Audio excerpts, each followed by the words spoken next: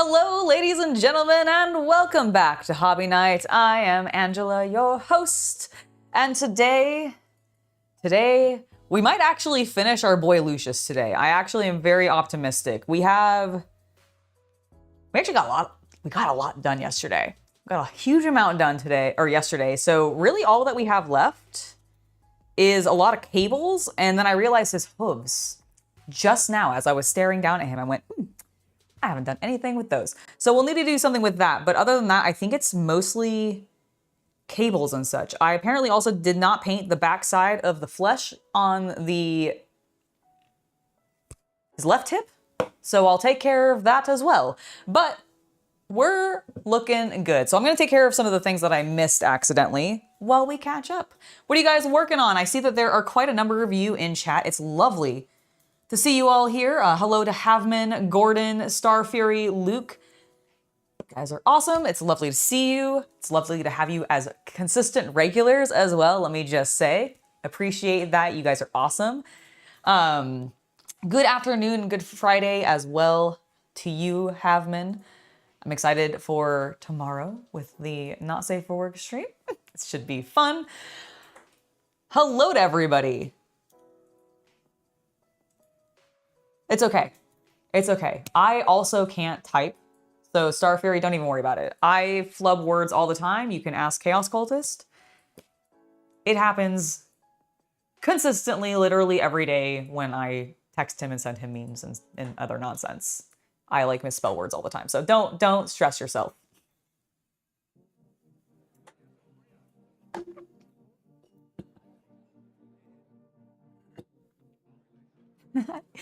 Is there might be a Warhammer drops at Game Fest. Oh yeah. Is Game Fest happening today, right now?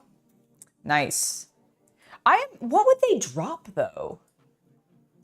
That they haven't already announced at Skulls. Like, do you think they'd have more? I mean, I guess maybe because we're getting closer to potentially like the Owlcat Games Rogue Trader DLC launch or something. Maybe they'll have more for that, but I feel like they wouldn't have anything like super new. Okay, I need to focus. I need to focus for a second. I've had actually a very busy morning in like the best possible way. So did I do Dark Oath Flesh on that? Or is that just Reichland? Doesn't matter. You know, it might not matter, actually. Let me do the Reichland on the back to make it a little bit different. Like it's also two-toned.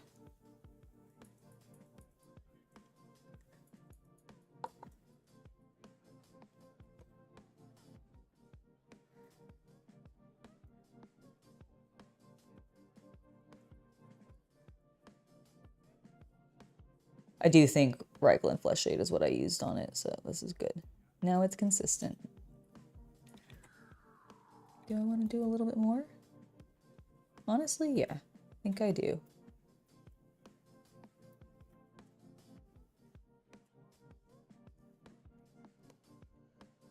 Heck yeah. Okay. So we'll let that dry. So, what we have left to do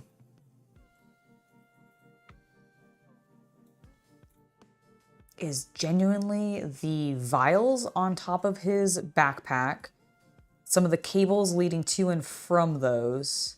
Oh, and I also want to paint the cables going down to his little Slaneshian like gem.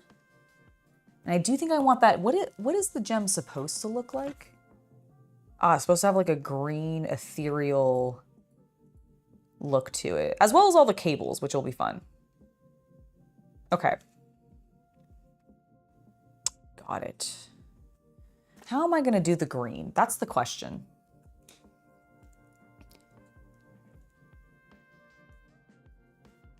I mean, they announced plenty of like, but most of the console games are computer games that end up like on PC, because like Rogue Trader you can play on PC, Space Marine 2 you can play on PC, Bolt Gun, all of those things. So like, I don't know, I still feel like maybe, potentially. Yes, you're absolutely right. It could definitely just be more like PC games and everything, but he does have, yeah, exactly, Monster Energy drink vials on his backpack.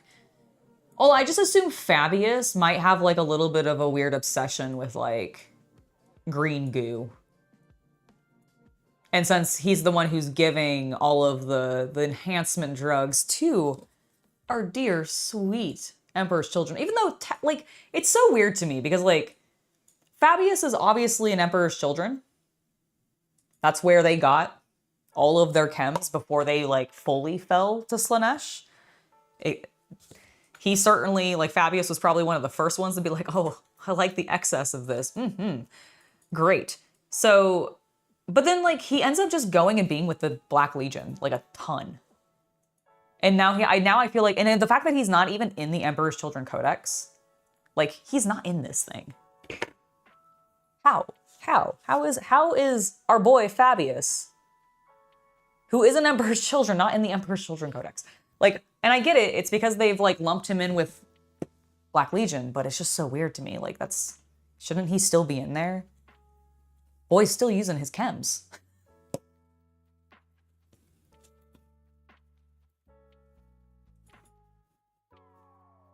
I did multi-tone color the whip. It goes from pink into purple. I didn't want to do any blues in there, but I really like what I did on the whip. Because see, it goes from like a true pink, and then it transitions into a purple. And then I did gold at the end. Yes, Fabius is the crazy scientist of the Emperor's Children. He's the one who basically created all of the enhancement drugs that the Emperor's Children started to use, which started to cause, like, a lot of their mutations and, like, further fall to Slaanesh. I think he was... I'm literally in the process of reading Fulgrim right now, or like I have been, and, like, I now can't remember the chapter where they actually went down to the planet where Fulgrim actually got his sword, which sort of kicked off all the corrupt... Yeah, the Larian Blade. I can't remember if... I know for a fact that Fulgrim had conversations directly with Fabius. Yep. About the enhancements, but I can't remember if Fabius was part of the, like, group that went down to the planet post, like, them beating them. He was their chief apothecary, so he basically had, you know... He probably would have, right? Like, he would have... I think he went down separately. I don't know if he was, like, with Fulgrim specifically when he was collecting the blade, but I do feel like I remember him, like, specifically being called out that he went down at some point. So I definitely think he got corrupted by what was going on in there. Okay. I feel like. I might be misremembering that. But I feel like that's what it was. All right, anyways.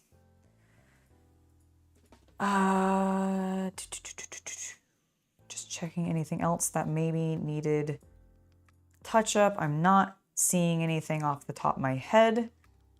The gold looks good. Oh, I do need to Nuln Oil that a little bit because I did not do that last time.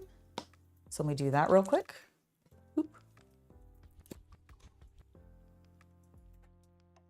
It is a full bar on his back. All right, so let me just do this. Hit those claws with a little bit of Nuln Oil, knock back that shine.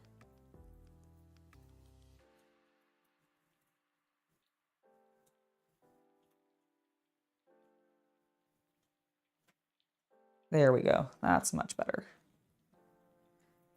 Okay.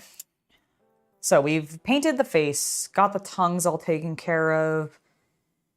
I'm going to go ahead and take care of the, like, the... It's not a ribbon. The cord, that's the word I'm looking for. The cord that is holding the gem in place. What do I want to do for that? I do want it to be a more true purple. Ooh. Should I do, like, Luxian purple? Like a really bright, crazy purple? Or should I do pink? No, I don't want to do pink because the tongues are all pink. So I think I'm going to do this. Oh, thank you, Havman. Appreciate the shares. I'm going to grab my tiny brush. What did I do with my tiny brush? Tiny brush? Hello, tiny brush? Little tiny brush. Oh, you're facing upside down. That was the problem. I just didn't see you. Oh, thanks.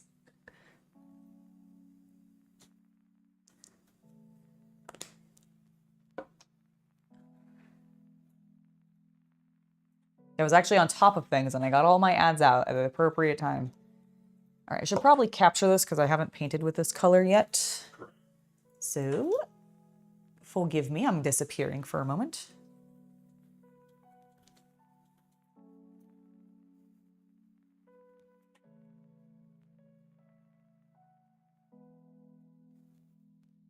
Okay.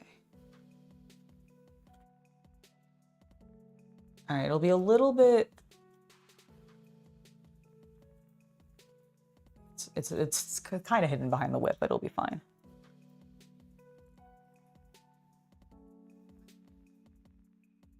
Where did I put the color? Oh, there it is.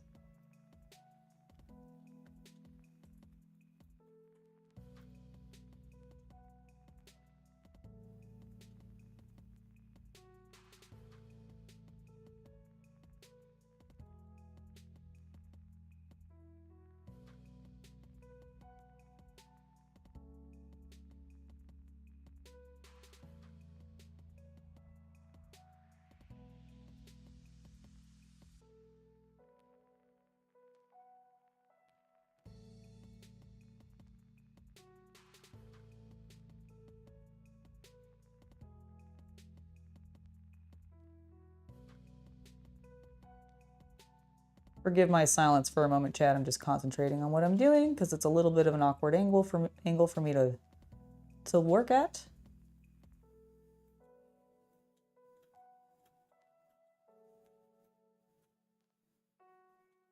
I think we're getting it.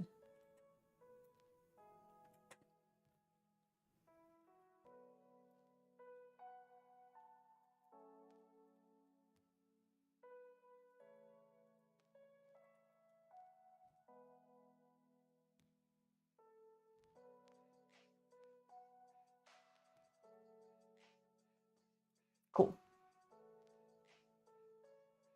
Hello, Steve. It's lovely to see you. How you doing?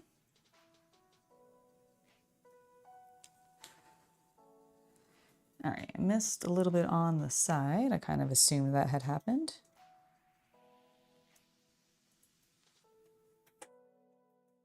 But also, thankfully, I don't think I got purple in places I didn't want it. Huzzah!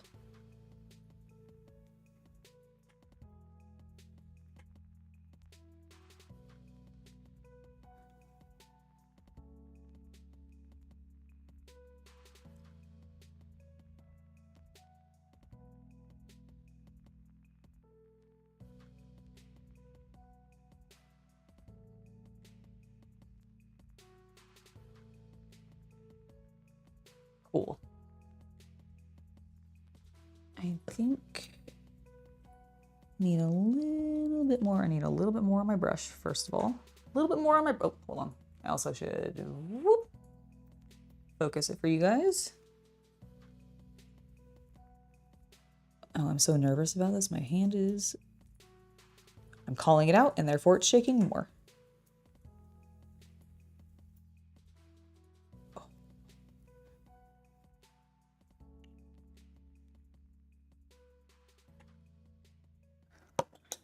I need literally just more paint. More paint, please. Where's my Luxian purple? There it is.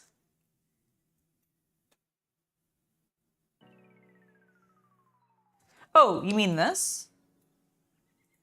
I've actually had this for months. It's not a splinter. I bruised my thumb like up here like a while ago, and it's been slowly pushing its way out.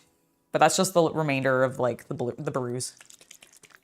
Or I assume the blood that I punctured myself or something. I smushed my finger in a drawer in my garage. Oh, was that what happened? Yeah, that's where what that was from. Is I like smushed my finger in when we were moving, when we were originally rearranging and setting up the garage to have when we got the Huskies in, and we were moving the wooden like my workbench. I think my finger got pinched underneath like the drawer and like it closing. Oh, geez, on that. No, it's okay. It hurt for a split second, and then it just bruised, and it just had been there for ages. So it's nothing to worry about. But yeah, if you look at my videos for like the last like month, I think they all have a little, that line will have been moving.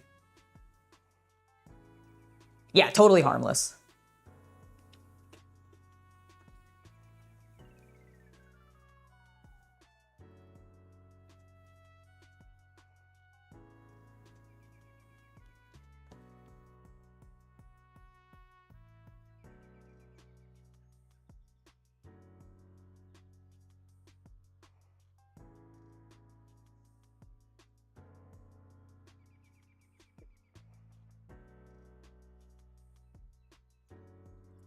Okay, cables look good. I'm gonna try to go in.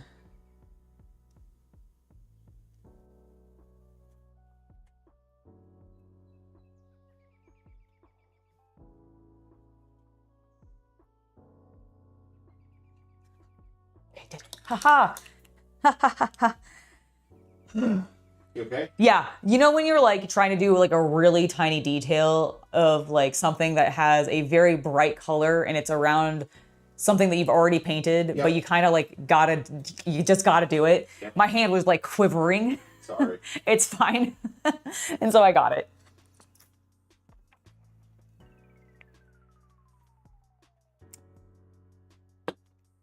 Okay, that's done. Is it just the vials? No, let's do his shoes first. His hooves. We need to do a little smidge of cleanup.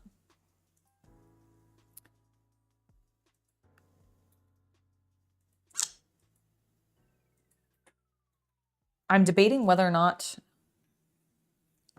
I mean, I'm not gonna lie, his hooves are black in the art. Do I want to just do a skeleton horde over what exists to give it a little tint of like it being a genuine like nail material or like that enamel, and then like let it be dark though because he's been corrupted and he is like an evil satyr, an evil heel wearing satyr. Yeah, isn't it beautiful? It's actually a little like my hair doesn't have enough pink in it quite for it to be a true match, but it's what I desire out of my hair. Pinky purple swirls. That's also huge and goes.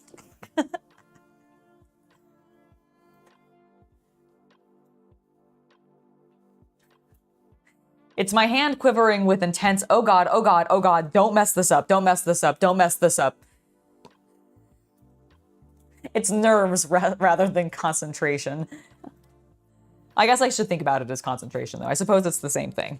Okay, I think I'm gonna do exactly what I just said. And where is my skeleton horde?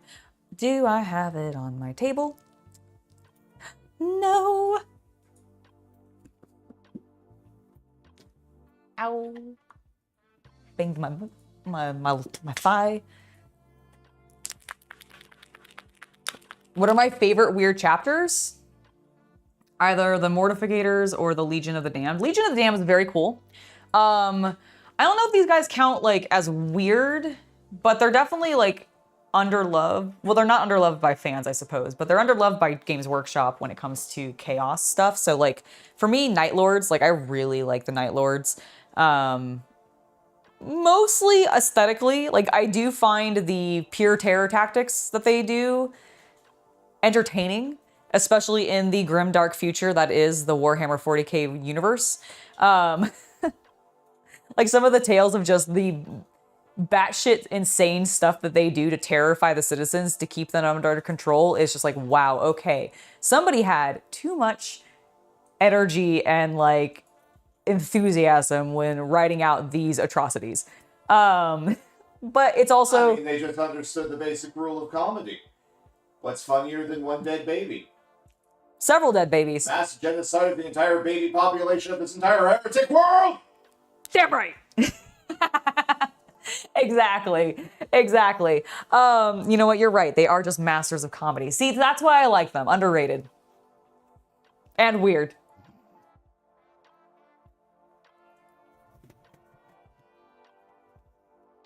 So what I did on the base, I can actually show you what I did on the base because it's basically done with the exception of the tufting. I'm doing the tufting after I attach him. So I wanted to sort of go with what a lot of my other Space Marine bases are, which tends to just be a lot of Duracrete, gravelly stuff. He of course has the Iron Hand, who is very dead and smushed under a rock.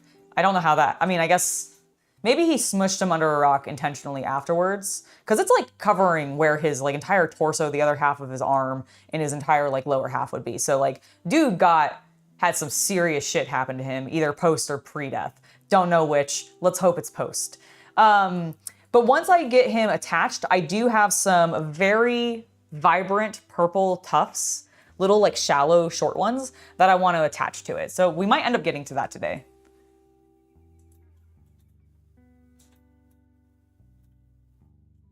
Are those the shark ones? Because the Caradons, yeah. Caradons. Is that how it's pronounced? Caradons? Carcharodons? Okay, you're spelling it Carcharodons. Is that like the official name for the Shark Marines?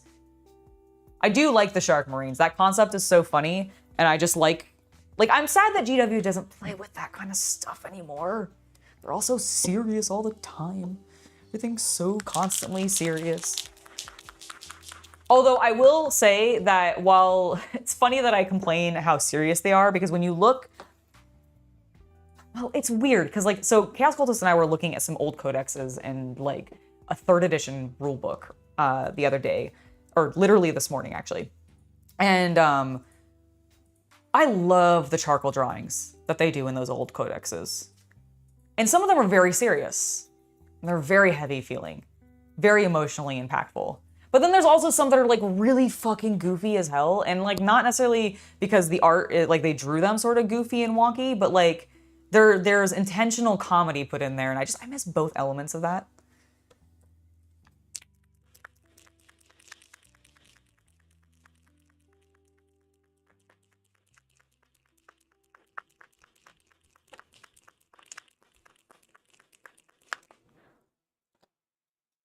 All right. I do need to pull him off the putty for a moment.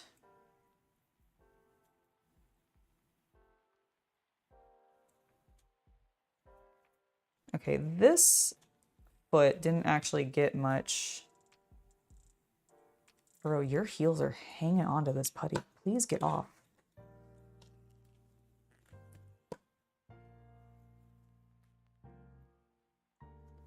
Neon pink and purple are your favorite colors. Good colors. Good choices. Love that.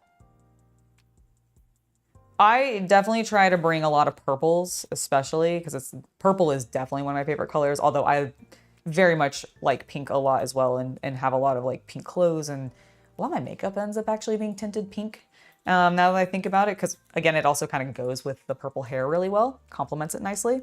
And I forgot the point of why I was saying that.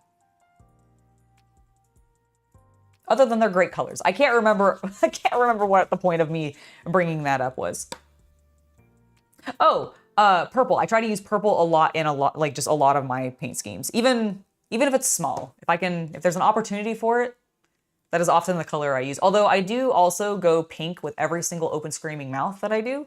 So I tend to use that color a lot too. And it tends to be a very vibrant, bright pink.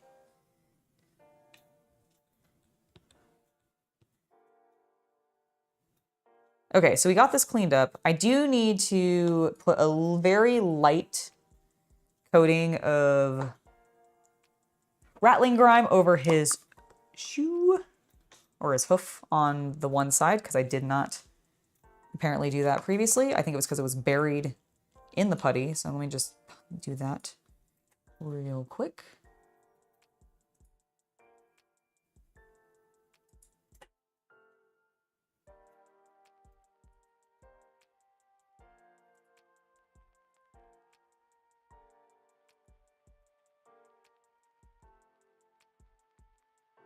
Excellent, we'll let that dry. Okay, his other one got a little dark, so I am going to touch it up a smidge. before I do the skeleton horde, just to make them look a bit more even.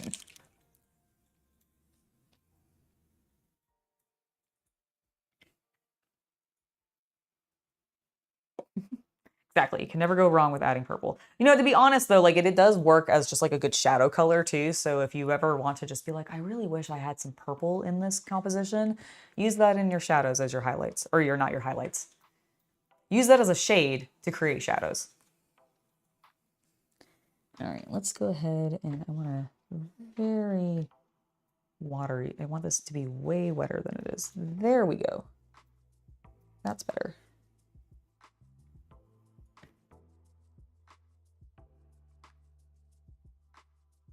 Oh yeah, that's doing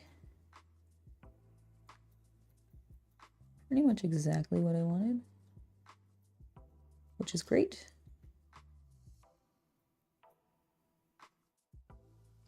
Too much there though, thank you. Yeah, I just want to brighten it a smidge so that when I do put the contrast skeleton horde over it, it picks that color up just a little bit more than it would have. Because it was very dark. And now it's looking a bit more like that.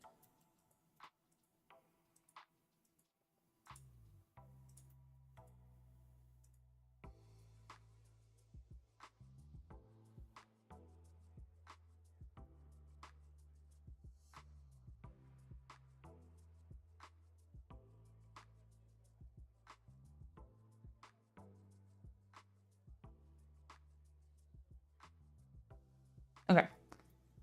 Gonna let that dry thoroughly before we do anything to it.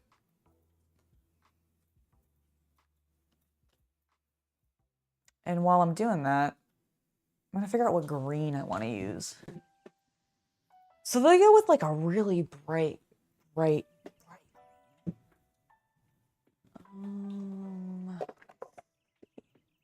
Striking Scorpion might be good. Hex Wraith Flesh might be good. And honestly, Keratin Green also. Just throw in paints, it's fine.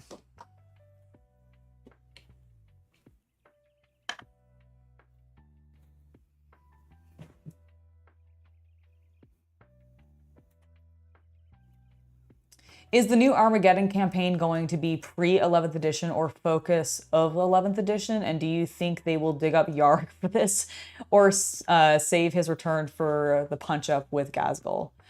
That's a good question. It's a really good question. So here's the thing. Absolutely, the Emperor's Children paint their nails, first of all. Judas Crusader, the Emperor's Children absolutely paint their nails. They're far too fabulous not to.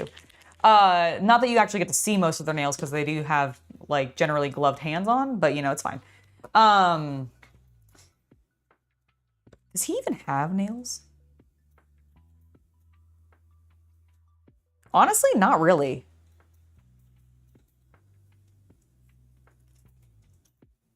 He kind of just has like pointy fingers. But to go back to the question, do I think Armageddon campaign is going to be pre-11th edition? I think it's going to be pre-11th edition.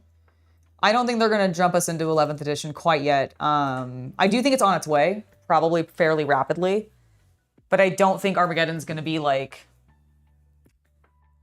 what I think it's going to lead into whatever the campaign for 11th edition is going to be. Because I think if you're going to, like, I think they're going to have to do a world reset soon. I really do. And I like the theory that I've seen out there that the Eldari and, like, the Imperium collectively together will somehow jump the entire, like, world, like, the universe into the war. That's my theory. Is that just your theory? Yes. Is that something? Okay, I like Chaos Cultist theory. Then sorry, I thought you had like also seen that other places. That's pure you. Okay, I like Chaos Cultist theory. Then that what's going to happen is the Eldar and the Imperium are going to end up working together via the Golden Throne to basically jump the entire universe into the warp.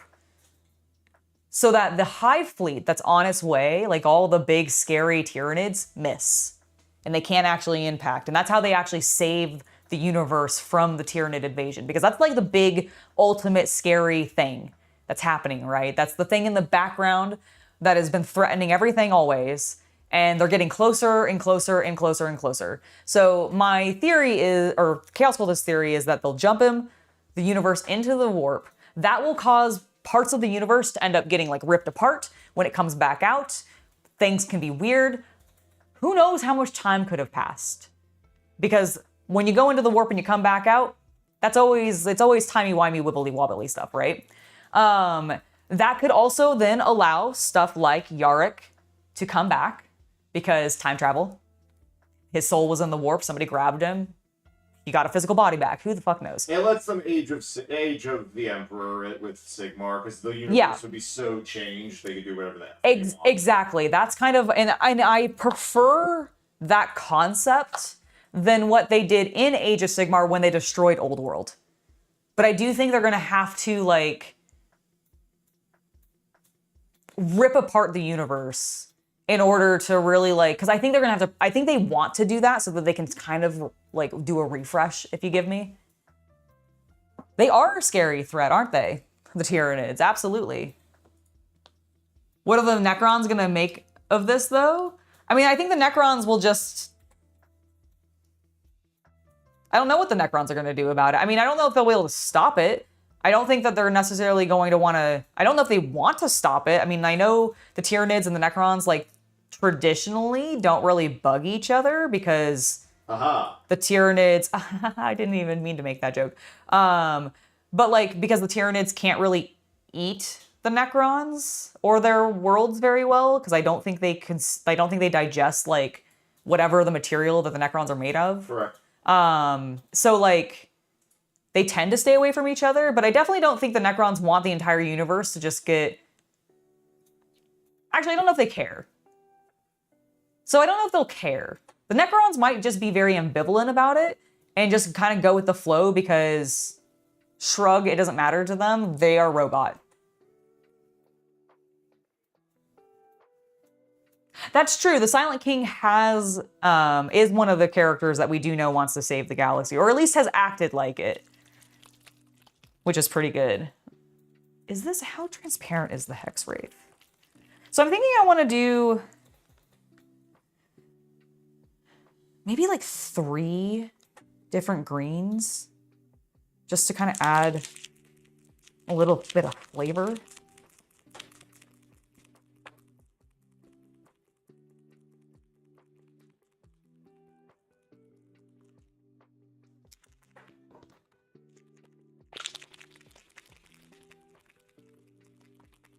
The stress makes him bite his nails. Exactly. That's why he doesn't have any.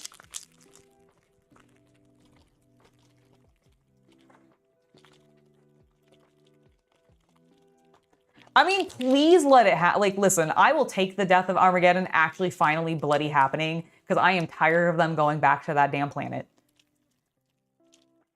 Like, I want them to move the F on.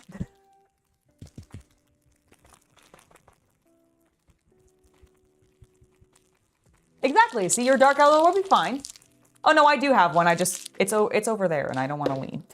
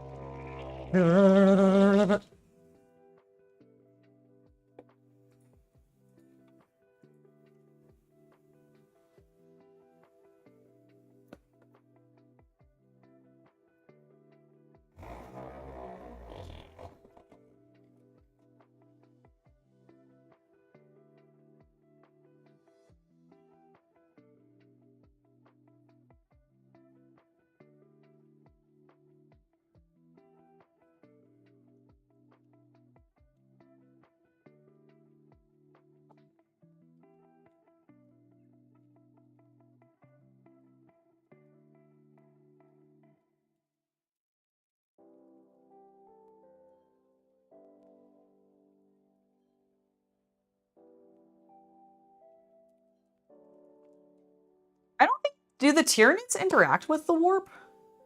They have a shadow.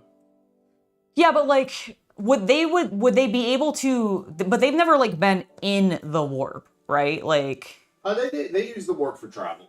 Oh, do they? Okay. Yeah, demons just stay away from them. I see. Okay, because I was like, because someone was saying like, I wonder what would happen, or he hopes that the Tyranids find their way to Kamara, and I'm like, I don't know if Kamara would like. Like they use sort of a would be really primal version. Okay, got it. But they probably don't necessarily have easy access to the finesse. Got it. Okay, I think his hooves are dry enough. So let's go ahead and actually paint that, and then we'll move on to the vials, because I think I have at least a semi-cohesive idea of what I want to do. I'm going to disappear so I can record this. Goodbye. All right, where am I going to be holding you?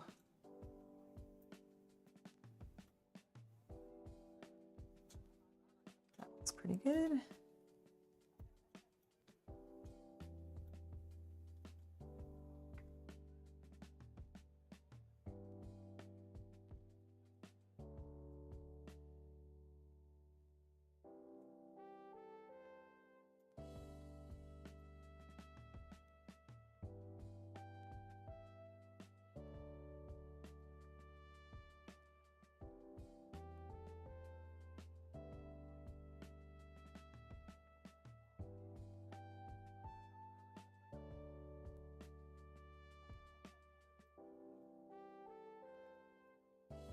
Oh yeah, that did exactly what I wanted it to. Now he looks like he has gross, dirty, nasty little hooves. As he should. All right, let me go ahead and do a bit of touch up. I know you're out of focus for a second. I will be with you in a sec. I'll fix that for you.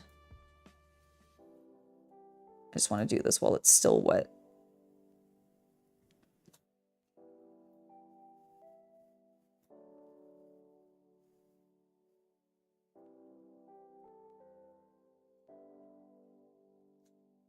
Okay, good.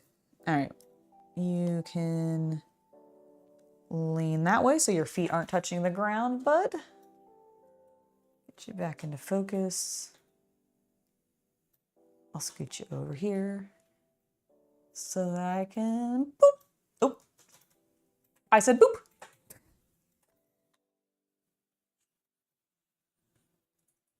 How fragile is the whip on the model? So it's decently fragile, but you can put some pressure on it and it won't like immediately snap apart. It's thankfully, so you want to talk about fragile pieces on models.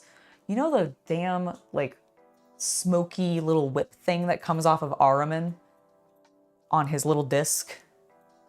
Oh my God, I have seen so many of those things broken. That is a fragile piece. The whip, I actually would say, is not that fragile. I mean, I wouldn't want to like really put a huge amount of like massive pressure on it, of course. It is still thin. But I can like, I mean, I can comfortably hold him from it, and I don't really feel like it's gonna just immediately snap off, so I really don't think it's that fragile.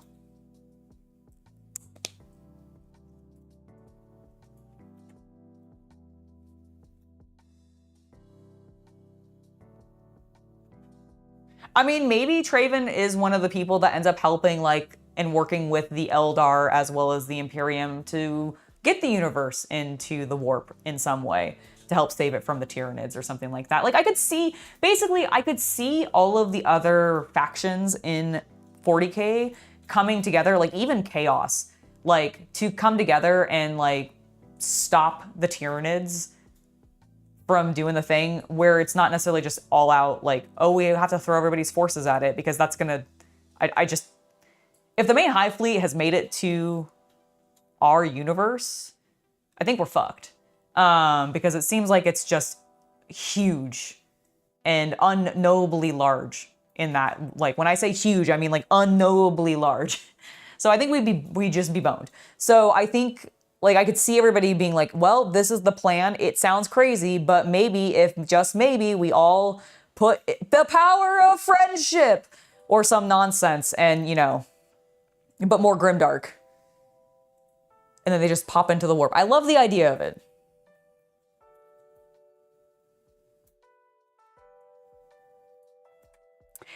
Honestly, I don't think it would be that big of an issue during the, like, unless you're really shoving your models together past where their bases should be.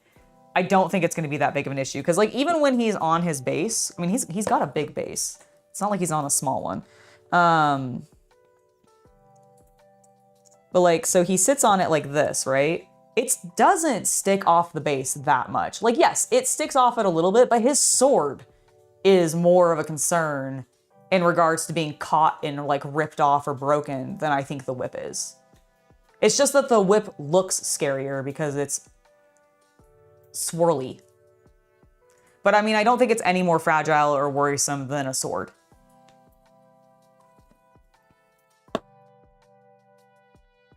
Again, it's not nearly as fragile as some of the other, like, ghostly magic that I see coming off of, like, Thousand Suns or those kinds of things. Hell, I think I had a ghostly thing coming off of, like, plume coming off of one of my Death Guard that I feel like is more fragile than this whip.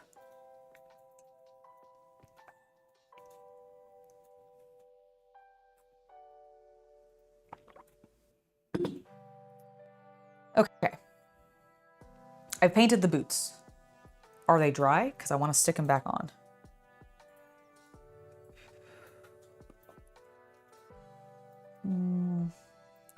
There's a little bit of wetness in between, and I really don't want that to get trapped by putty and end up, like, the putty pulling it out, and then I have a weird gap. So I'm going to let it dry for a little bit longer.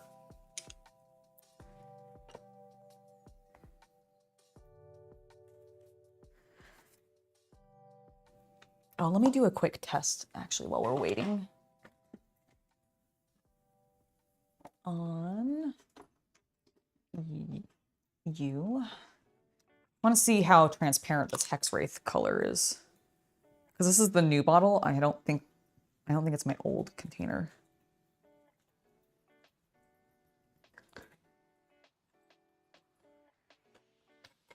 Lucius, go lay over there, take a nap.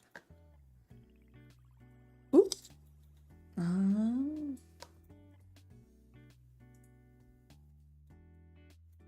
Ooh.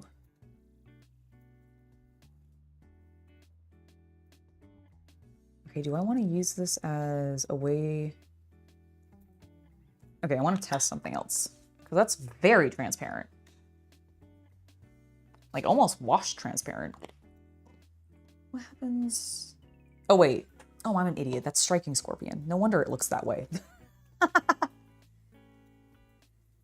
Okay, well, I know I like Striking Scorpion. That's a given. Hexwraith. All right.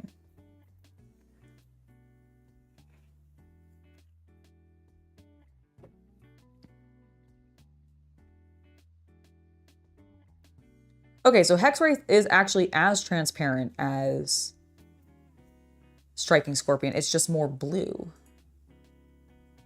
Do I just want to use the two of those? Do I want... I think I... Ooh, I think I'm going to layer them.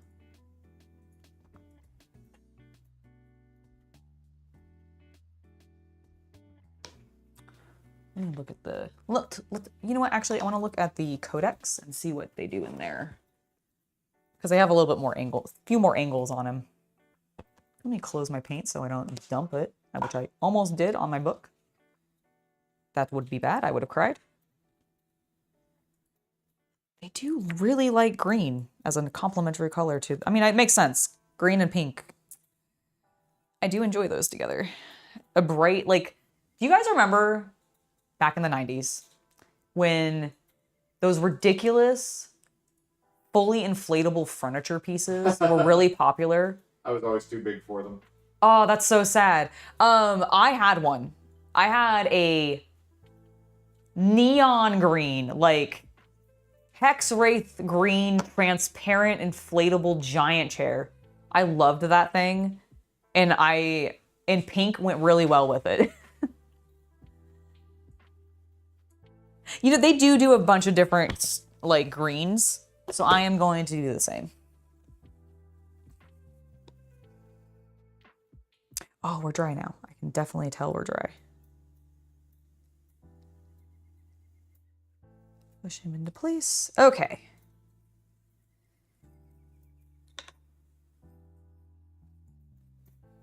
I'm going to disappear. I think I'm going to probably try to get all these greens, like, in one take. Because they're going to be so small. It's literally just the vials. So what I'm going to do is I'm going to grab a container that can hold multiple paint pots open so that it's stable and doesn't tip over, because I will be very likely to potentially do that with having this many pots open at once.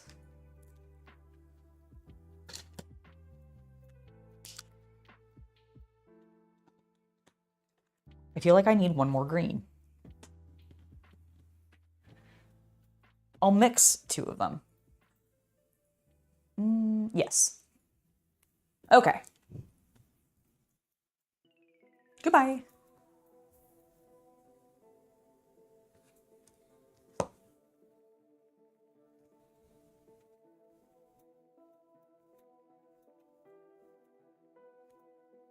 I think...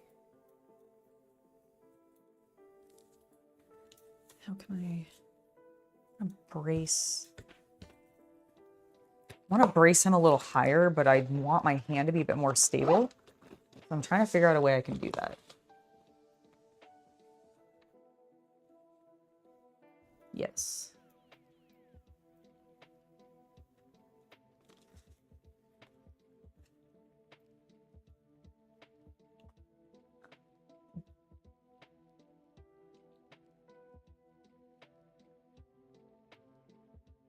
Does that work?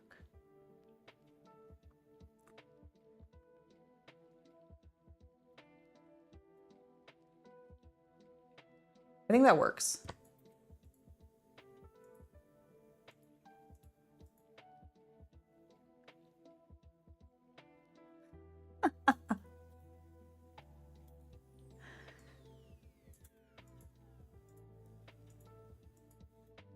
I know, mentioning vegetables to nerds, heresy.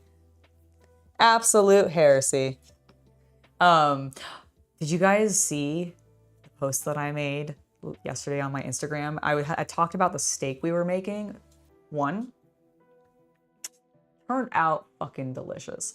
I love a good steak. My mashed potatoes turned out delicious, but we also got to garnish it with our first harvest from our herb garden, and I am so hyped about it. It was so good.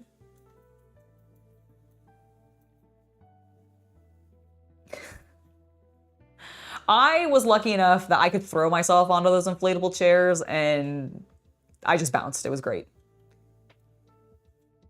Good. It's good that you eat 5 vegetables a day. You eat your 5 a day? Sugar and carbs forever? Listen, I like to try to eat some fruits. I prefer fruits over vegetables, but I do still eat a fair amount of vegetables, and I've been trying to get more into my diet. It's one of the reasons that I actually started the garden. Okay, you're distracting me. You're all distracting me. Hello, WF1187. It's lovely to see you in chat.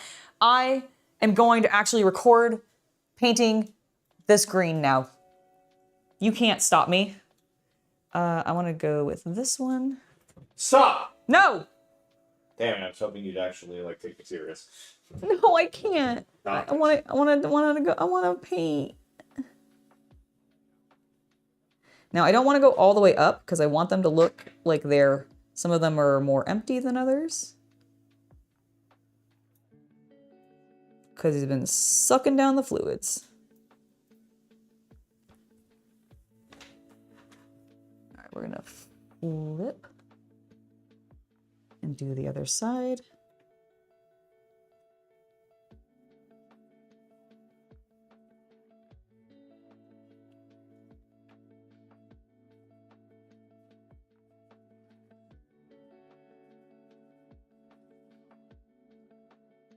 I think that is our first vial done.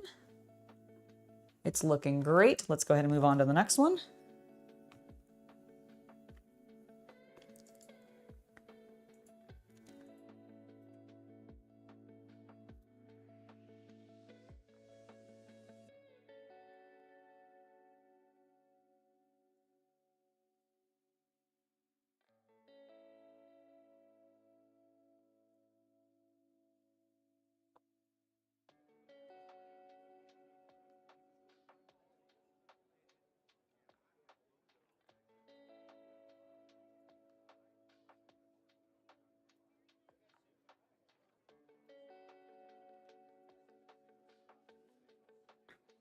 Next, make sure we get the brush really clean.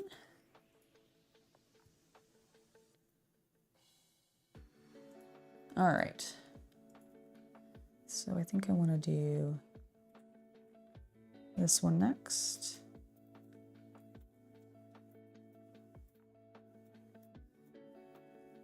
Maybe do it a little bit more used up than the others. Kind of like that idea. You know what? No, I like the idea of it just being fully green. Boy is fully stocked, ready to go.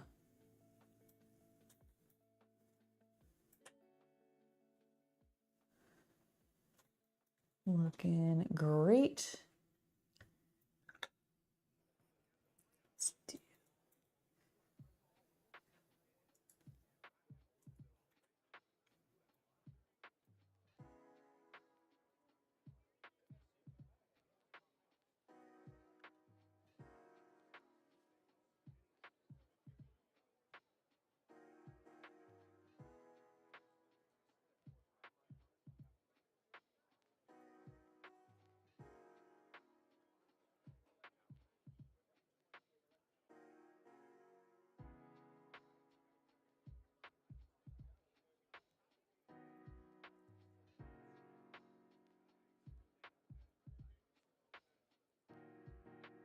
Heck yeah.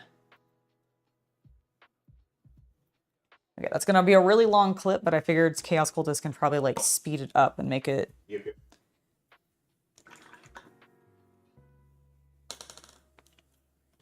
Okay, just gonna do a little bit of a touch up in a small place real quick.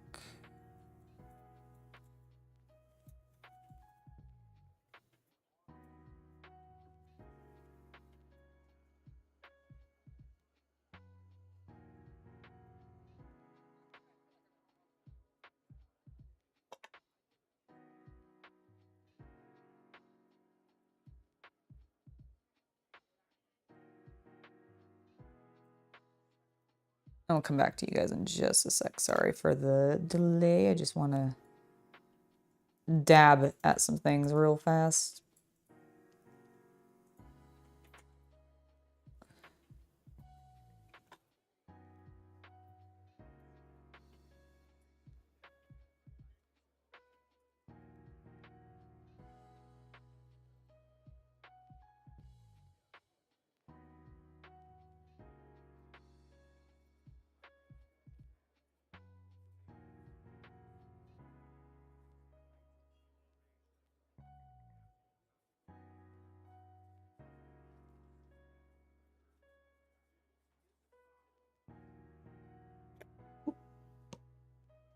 Okay. There we go. Feel good about that. Let me come back in. I'm going to set him over there while I close these. I am going to need one of them still open though, because we have some cables to paint. And is there any particular... Okay. So I need to do a small amount of cleanup on the cables, and I'm going to use these two colors still. So we're going to keep those open. I need a little bit of... Honestly, I'm going to go with the pure white to do, just to make sure that these colors kind of pop really nicely.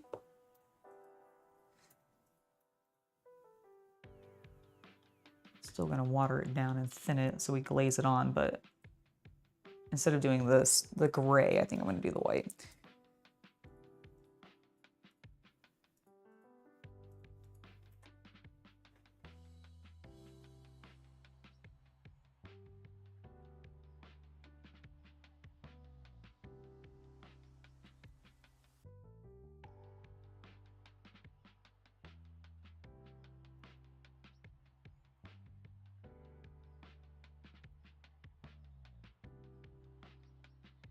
Looks good.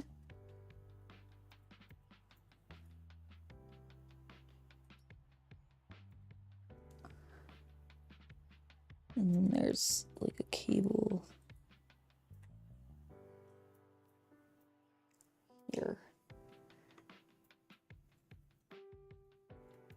brush was way too dry for.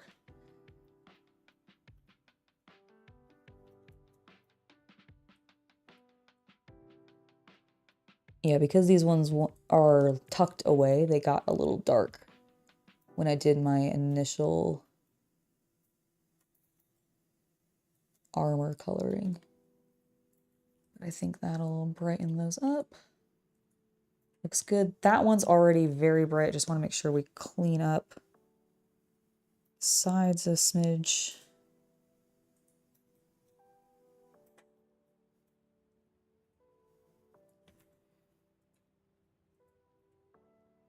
So we can enhance it a little bit more. Got a little bit of purple there. Let me get rid of that, because that will overlap with the green in weird ways that we don't want them to. So.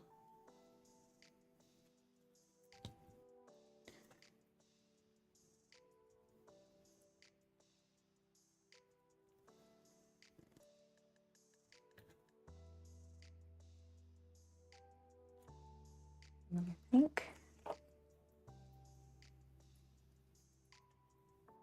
Yeah, it's looking good. Okay.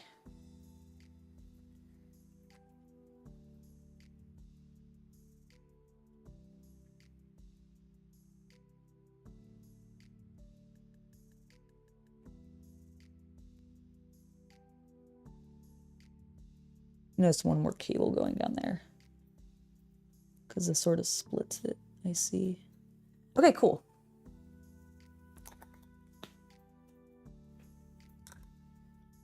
I need to look at that back turnaround, which I think means I need to go to the Games Workshop website. Games. Or no, it's just Warhammer, isn't it now? Yep. I think Games Workshop will redirect you, though. It probably would have, honestly. 40k, view all. Okay, actually, maybe don't view all. I would like... No, not books. Plastic. Oh my god. Can I just search? Thank you, there's the search. Lucius the Eternal. What a beautiful boy. All right, go here, spin him.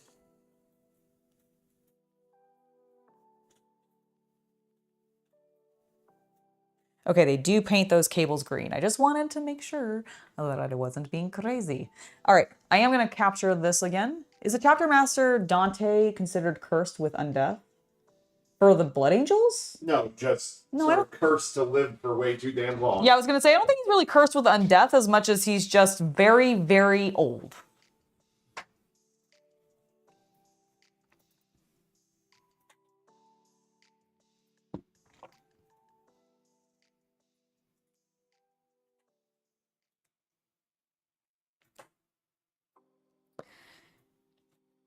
The devil is in the details. It is one of the blessings of Slanesh. Oh. All right, I'm gonna get a spirit goodbye, and we're gonna paint this cable. I'm only gonna focus on this one in the video, but I think I like this. I like this angle. It looks good. I should probably bring him up though.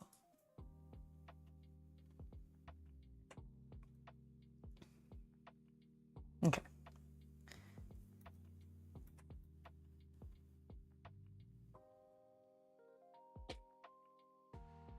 Here we go.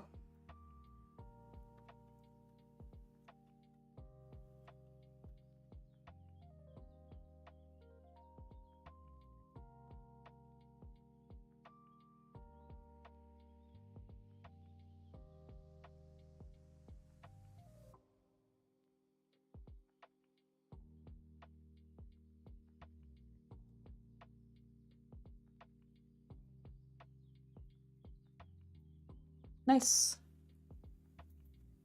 Significantly shorter than the last one.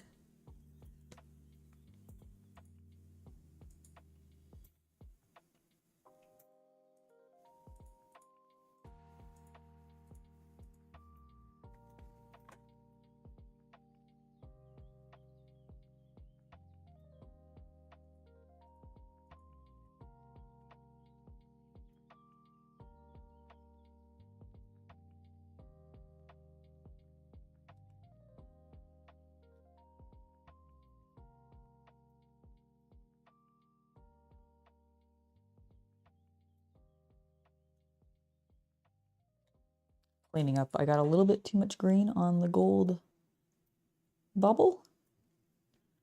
There we go. Fixed it. Yeah, it looks pretty good.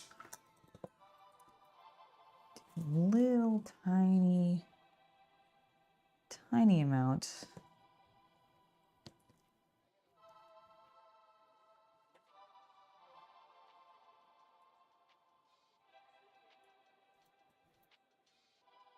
Making it look a little bit more dynamic.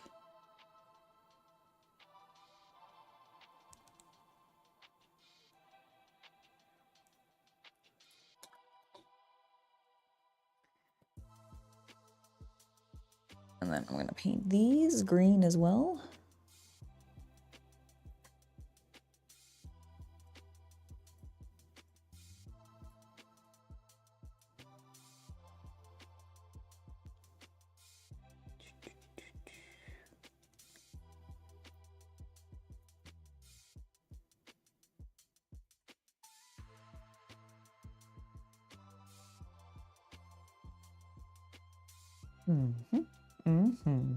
Looking good. Oh, I should probably... Hello. What's the difference between black and red bloodlust? Oh, you mean like what's the difference between the black rage and like bloodlust and the red thirst for the the red thirst for the blood angels? I believe, and Chaos Cultist can absolutely correct me if I'm wrong on this. Oh, yes, I'm waiting to. So I believe that the Black Rage is when a blood angel basically falls, and not falls like to chaos or anything like that, but basically succumbs to seeing everybody else as Horus. And I don't remember, like, I think it might be a sanguineous, like, memory or something. But please correct me, because I know I'm getting this like not exactly correct, but I'm on the right vibe, right? Thirst is simply the fact that blood angels are vampires and that they thirst for blood. Got it. To get into the more nitty-gritty details, sure, but the gist of it is the red thirst is they are vampires. They are bloodthirsty. And literally. Like, yeah, they need... Black Rage is because when Sanguinius was killed by Horus, Sanguinius' psychic echo... That's what it was. ...echoed through all of his children. And that, in turn, has resulted in a curse to the Blood Angels that eventually they are succumbed with visions from Sanguinius' death at the hands of Horus, where they believe that they somewhat believe they are Sanguinius because they're seeing it through his eyes. And so every fight they have is against Horus. Yes, which is why they like see everyone, like that's why there's memes and like jokes out there of just like everybody appearing as Horus to a Black Rage suffering Blood Angel.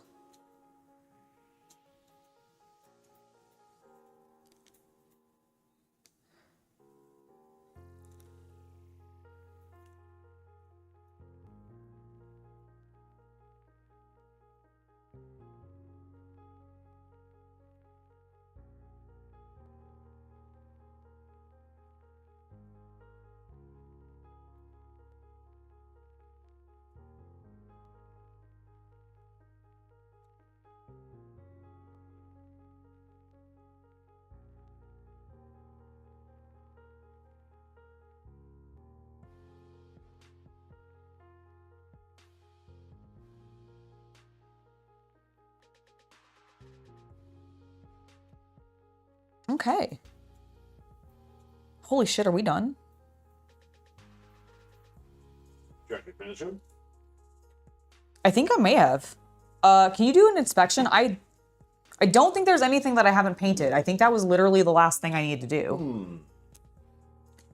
Oh, there's one thing I can think of. It's the gem on the eagle. Like he's got a little bauble, which I need to use a little bit of metallic green paint for. Oh yeah, this Mountain Dew cancel's great. Right? Yeah, he's juicing. Yeah, no, he looks great. Cool. So other than that little green section, should I... What? Should I do it in a metallic paint, or should I just make it a glowy green? Where?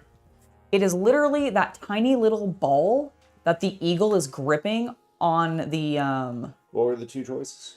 A metallic green paint, or just one of these colors I've already used. No, I'd use an opaque. An opaque? Okay. Green metallic then? Or do you think I should do, well, so, oh, you think I should just do a green, like a bright green? I think it could work very well. Okay. It's small enough. I don't really feel like I need to do like a huge amount of, yeah, I like that. Okay. Perfect. Well, this will be the last thing I need to capture then, other than gluing him on. I'm going to disappear for a sec. We'll come up here. We'll focus. It's in a super awkward position. I think that looks good.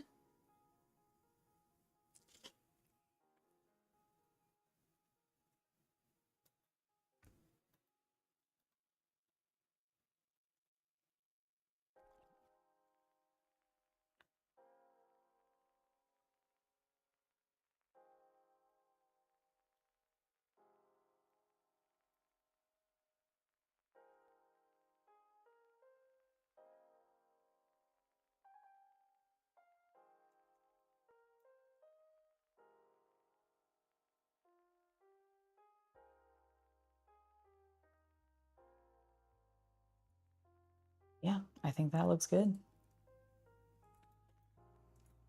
Stop recording. Pop in here. Holy cow, yeah, I think he's done. My God. Is he base? No, I need to glue him down, but that's literally, it's like that and tufting. Which means I guess this is gonna be in, what am I gonna do? You can actually hang out, talk to people, build Lego, work on your next project, be cool, talk about what's happening tomorrow, look the money in the bank card. There's a million things. Fair enough. Fair Unless you don't want to stream, you don't like your fans anymore. Wow, that is not what I said at all. It is what you thought, though. That is not what I thought. How rude. But true. It's not true. All the Blood Legion successors carry the DNA of the Primarch, so have the memory of the rage. Because they're just a rat trapped in a cage. Aren't all Space Marines just rats trapped in cages? Yes, yes. The fact that the Skaven don't exist in 40k is such a sad thing. The Imperium are the Skaven. The fact that Skaven don't actually exist. No, you're right, you're right. Okay, I'm gonna do a little dry fit testy test here.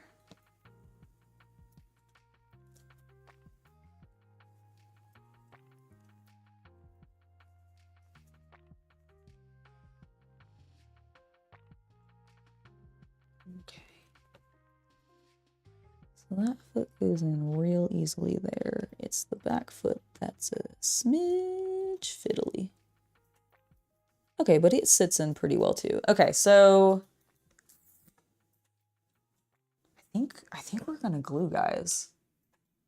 He's dry. I'm gonna go away. Goodbye. I'm going to actually. I still haven't got that stuff. That is the. Where's my glue? There it is. Where's my glue brush?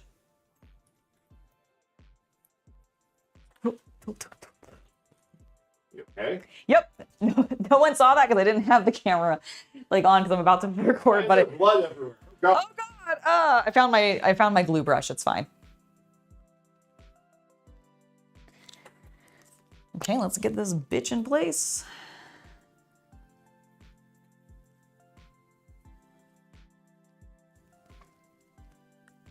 Okay, my glue has that problem where it has stuck itself. I'm not even sure where the bloody cap is. Or hole is at this point.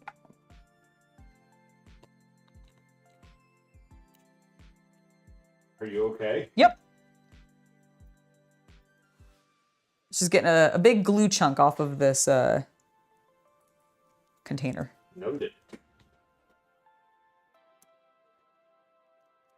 There we go. I think that is my problem. Let's see. It was. Haha. All right, so we're gonna get. Let's put this up here so that I don't stick my arm in it. That would be bad.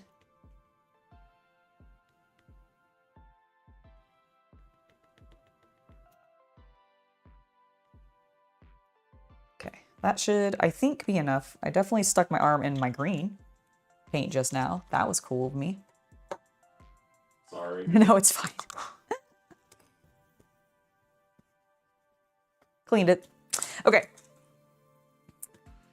The piece de resistance. Why is the pizza resistant? I don't know why the pizza's resisting. It's a very, very French thing to resist pizza. I don't know.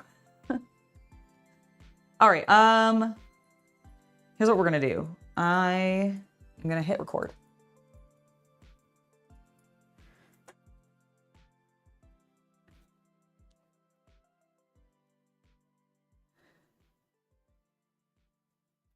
I'm gonna shove a little bit of glue into that hole. I'm gonna dab a little bit of glue into that hole.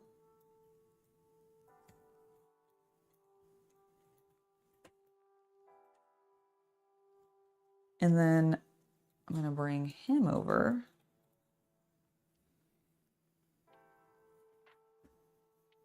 And I'm gonna put a little dab of glue there. And also smear some on the underside of this hoof. So that I can stick our boy Up your butt. Okay, maybe not.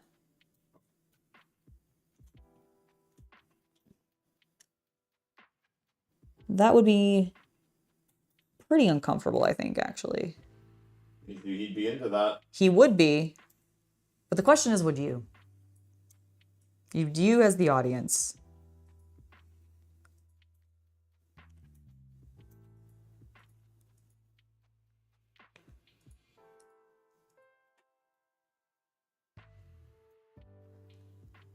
Okay, I think he's in place. Seems pretty stable. Oh my God, he looks so good. All right, I'm gonna stop recording that. I'm gonna come back. I'm gonna let him dry for a little bit and then we'll get to tufting him. Holy cow, look how good he is. What I would say is, after you get tufted and you take a break, Yeah. Work on assembling cap. Sounds great. Yeah, I'll do that. That sounds wonderful. I'll go grab him from downstairs. Actually, that makes sense, actually. I'll go ahead and, oh, I know, Star Fury. Super glue bottles constantly gunk up for me. That is, like, one of the reasons I prefer the extra thin Tamiya cement. And I could have, in theory, probably still used that on Lucius, but I have found that once it's painted, that you gotta melt through that, and you don't always get as strong of a seal. So but the super glue will just, it doesn't matter. It doesn't care about the paint being there. It'll just hold it.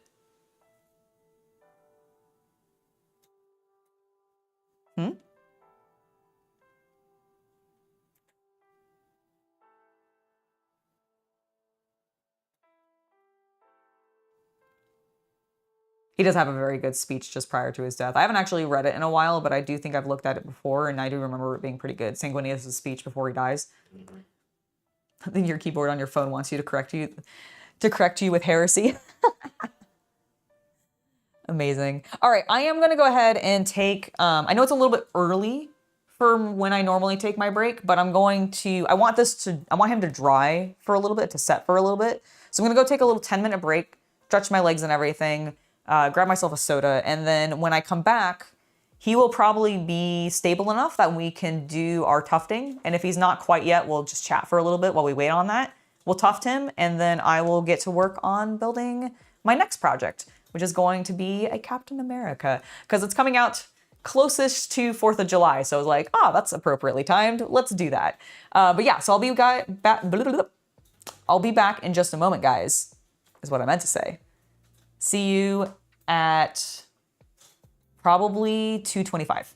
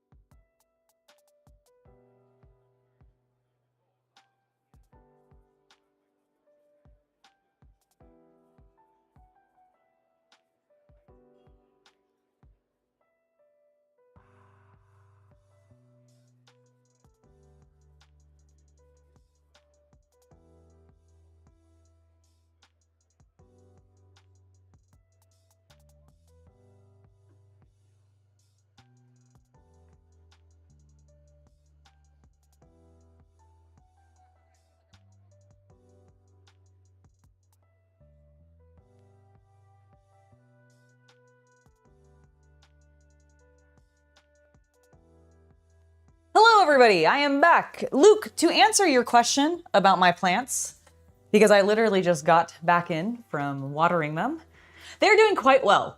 I actually think that at some point, provided my schedule allows it, let me actually check my schedule.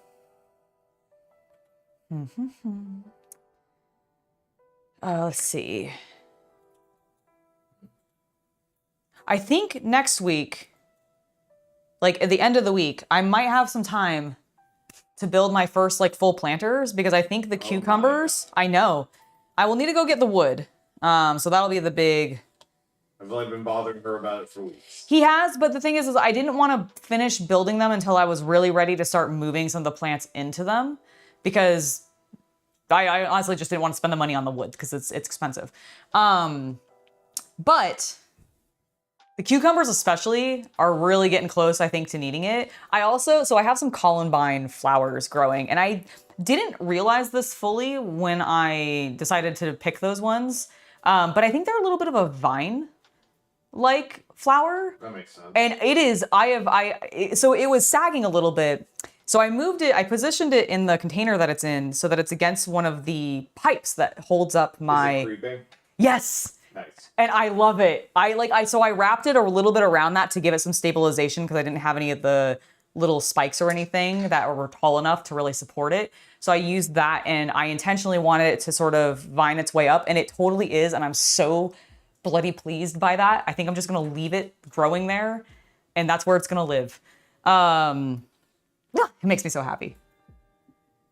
You made some coffee and now you're making some tacos while you're taking a break. Nice. What kind of tacos did you make? The beef? Did you reheat some of your beef tacos that you made the other day? Is that the taco we were talking about?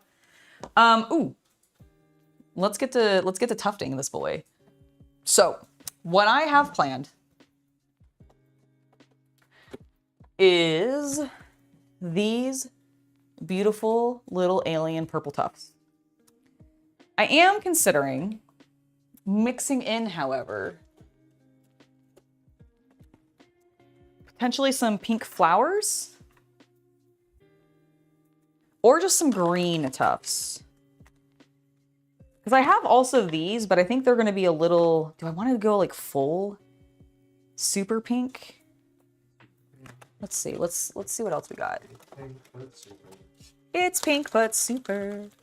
All right, those are those ones. Let's see what else we have. Oh, I do have the dark purple. Maybe I'll do these two. Can I have your opinion, please? So, tufts. I definitely want to use these. I feel like I should add maybe a larger, like, size in with them. Do you think I should do the purple? Like the dark purple, the purple with pink, or some sort of flower, or just green? Like, should I just go pure green grass? Green grass might look okay. I'd say no on those. Okay, that's kind of how I was feeling about those as well. I think mixing the taller purple isn't a terrible idea. Okay. I kind of like the pink ones, and that does have green in it. So I'm wondering if that's enough. It might. So, okay, let's do that then. I'll play with the flowers and the short purple tufts then.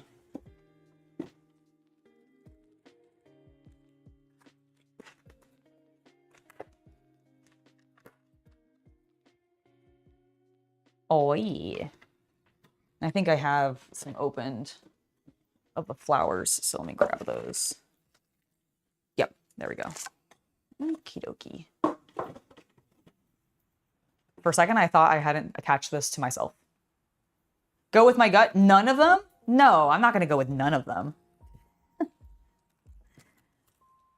All right, so I think this is what we're working with.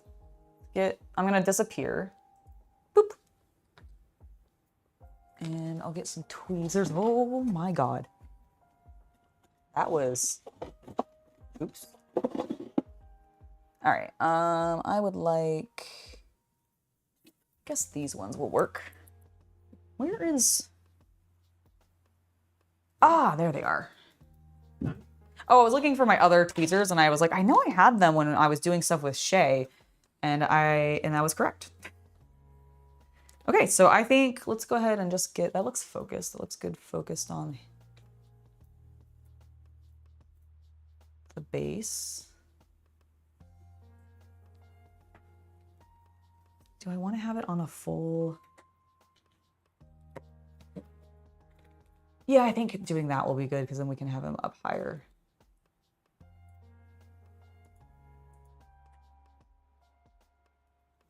I'm going to start over here because this is the open side.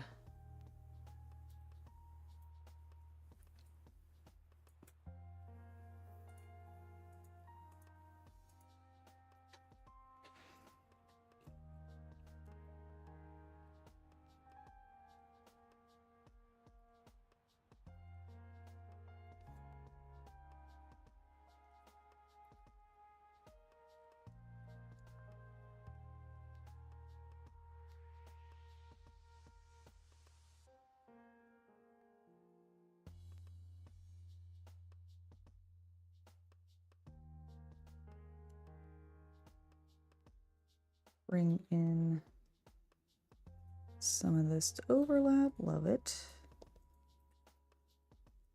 Give a bunch of little tiny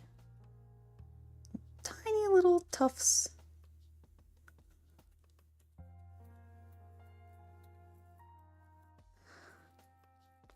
Like they're weird little spores growing around.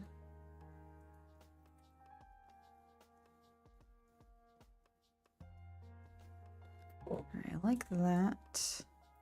I do think we definitely want some stuff around him, but I don't know if I mean, I guess I could make it so that the Iron Hand was kind of here for a while. Hence why he's so covered in debris. That would make sense. Yeah. All right, so let's do that. A little bit of purple next to him there. I do want to have some pink on this side.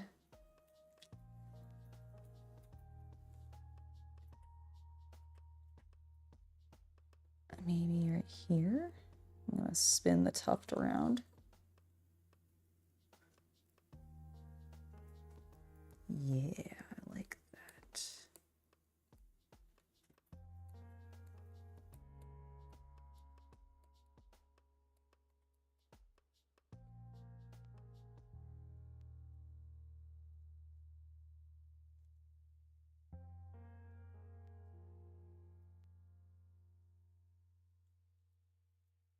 Okay, and then we'll put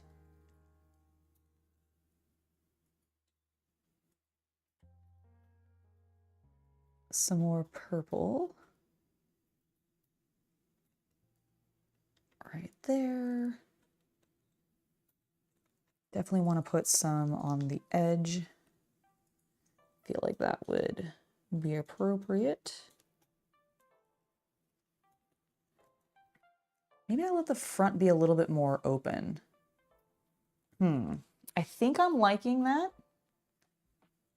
I think that will be enough for recording for sure. But let me come back and play around a little bit more. Do I like... Okay, I definitely like... Well, mostly. I think we need a little bit more though. Kind of want a little bit there. Around his fingers. I just feel like that's a good spot.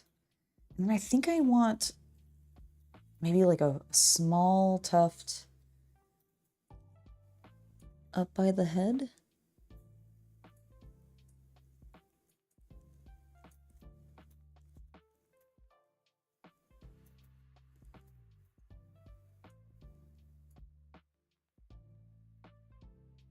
And then maybe like, I wish I had, have any really small, okay, I am opening that pack. Where is that? Where is it? Because surely I have some slightly smaller, yes, like this one. A real small flower. Because I kind of want to put it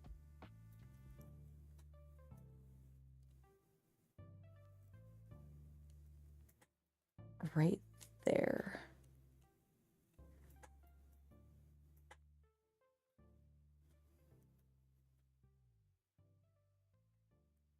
Give me that.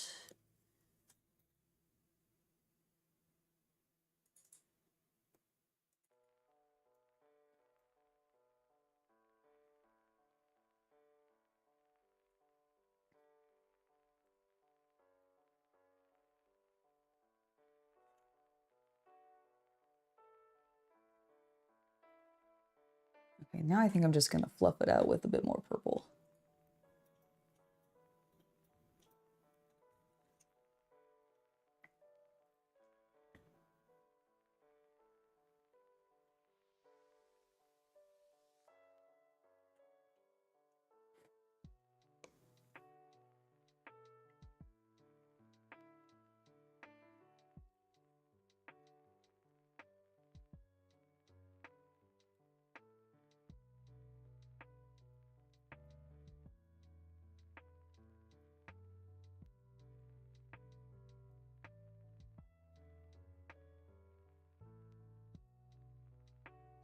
Maybe too much. What about right here?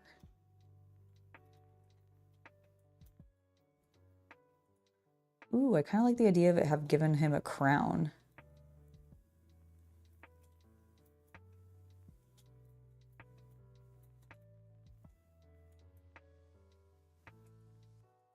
Okay, yeah, I think that's good.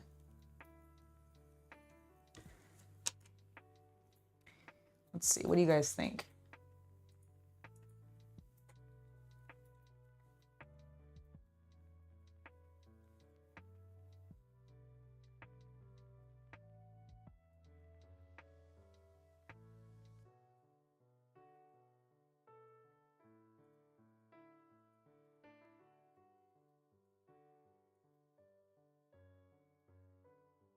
I think it works. Here, let me get Chaos Cultist's opinion.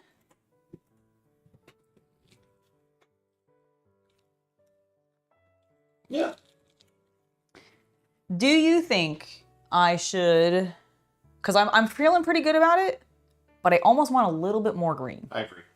Okay, I'm gonna do small short tufts then. Where did my container go? Where did my... I don't know. Oh, there it is.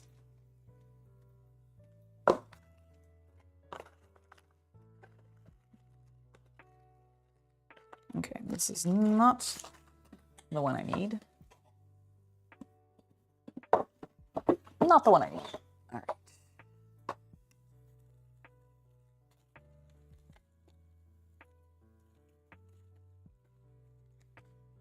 Like, do I go like neon with it?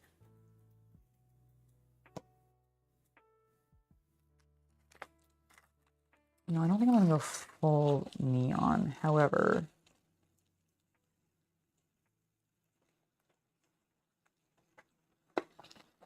I might do this because I think this matches the green that's in the plants. What do you guys think? Because I think my two options are either really, really vivid green that kind of matches some of the like Mountain Dewiness of his vials, or the slightly darker green, which I think, you know what? I think I might do the bright green. Because it'll just stand out better. I've talked myself into it.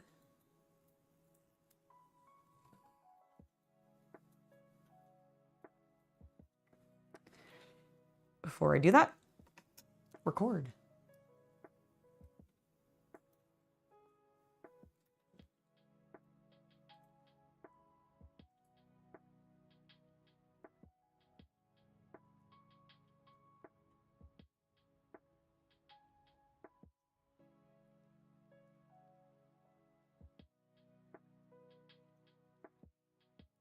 Now, I don't want to do both greens. I think that'll be too much.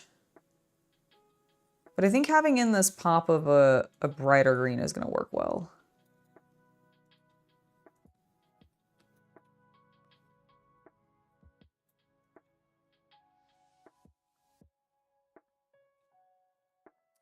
Yeah, I'm immediately liking that.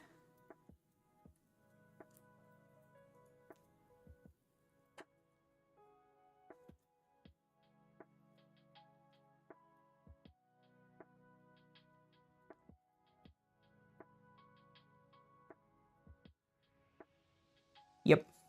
Yep, yep, yep.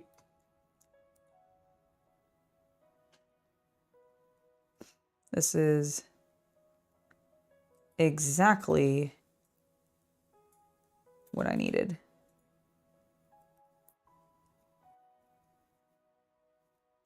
Because honestly, I think it was just way too dark before. The base, that is.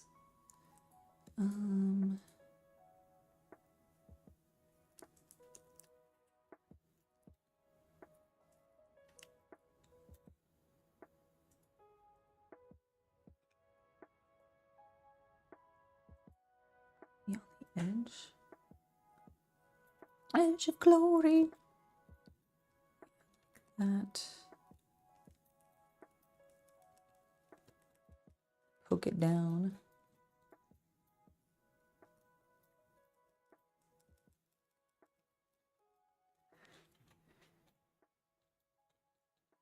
Don't want any more purple.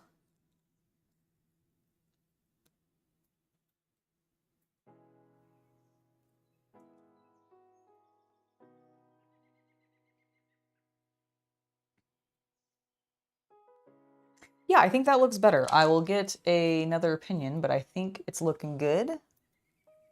Here, what do you think of this with the green? I like that a lot better. Yeah. Does it look even? Does it look balanced? Yes. Okay, good. All right. Then I think all that we need to do now is simply rim the guy.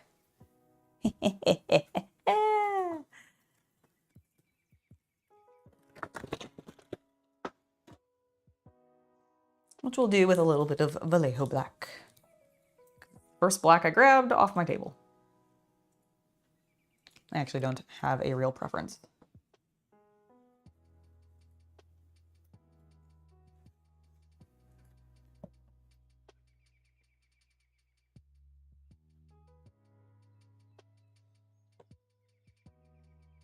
I think so too. I think it's a much better pop of color. All right, let's clean. Let's finish this with some nice rimming.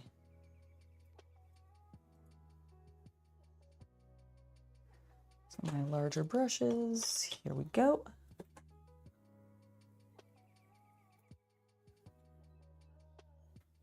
And start recording.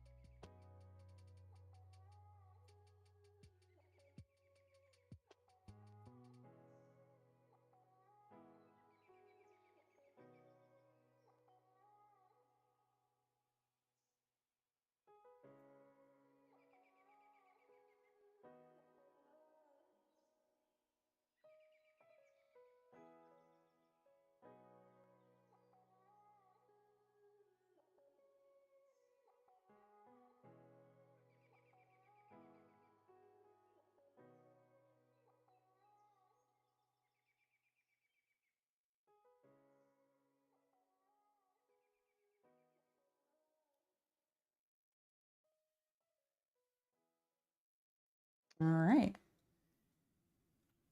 There we go. There must be something on this brush that is preventing it from like sticking fully, because for some reason my paint is like pulling away. Let me just grab a different brush, a little bit more paint, and tidy that up a bit. I have no idea what's going on there. I must not have got all the soap out of it or something. Would be my guess.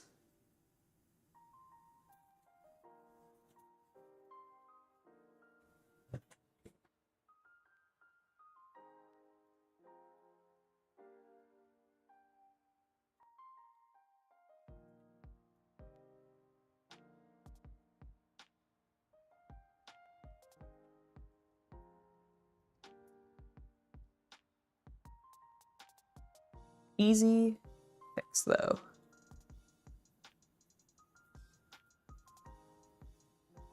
It allows me to be a little bit more precise in places too.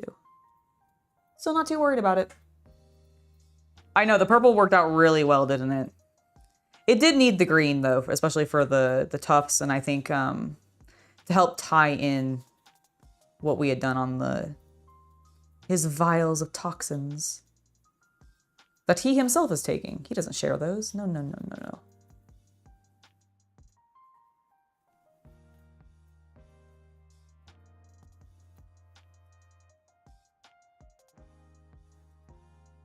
Looks good. I think I'm satisfied. Bam!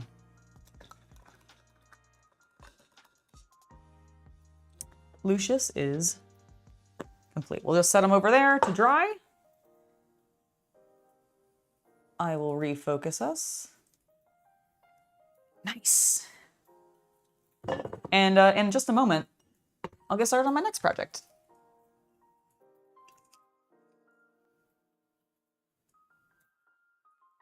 Nice, thank you.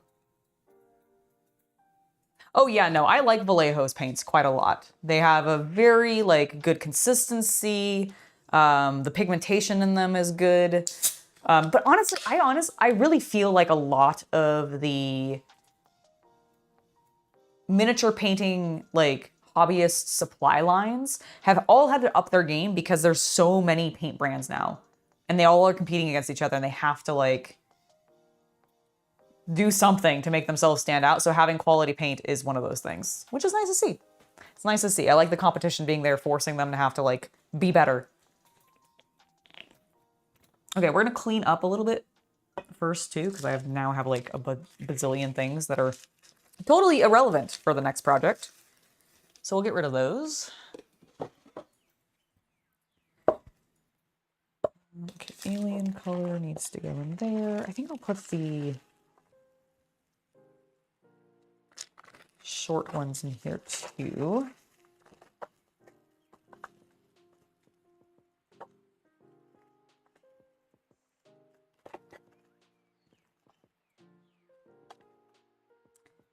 And then flowers and the green tufts go on the other one.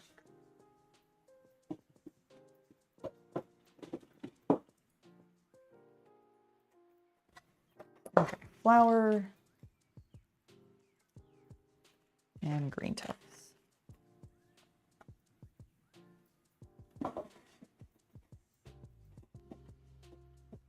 No,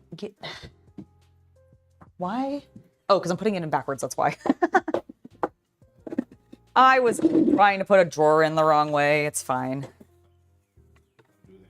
Well, too bad. I'll do what I want. Okay. Oh, darn it. What? Oh, I forgot to put one of the green tufts away. Oh my. It's fine. I'm just commenting because I have a chat that I want to like entertain. I know, and I'm responding to you. I'm a camera head now.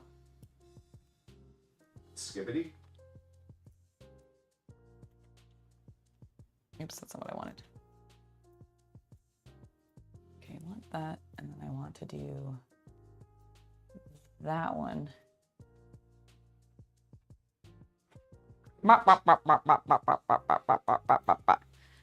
Do I have a table mini vac? Yes, I do, and I will be using it once I cleared more of these paints away.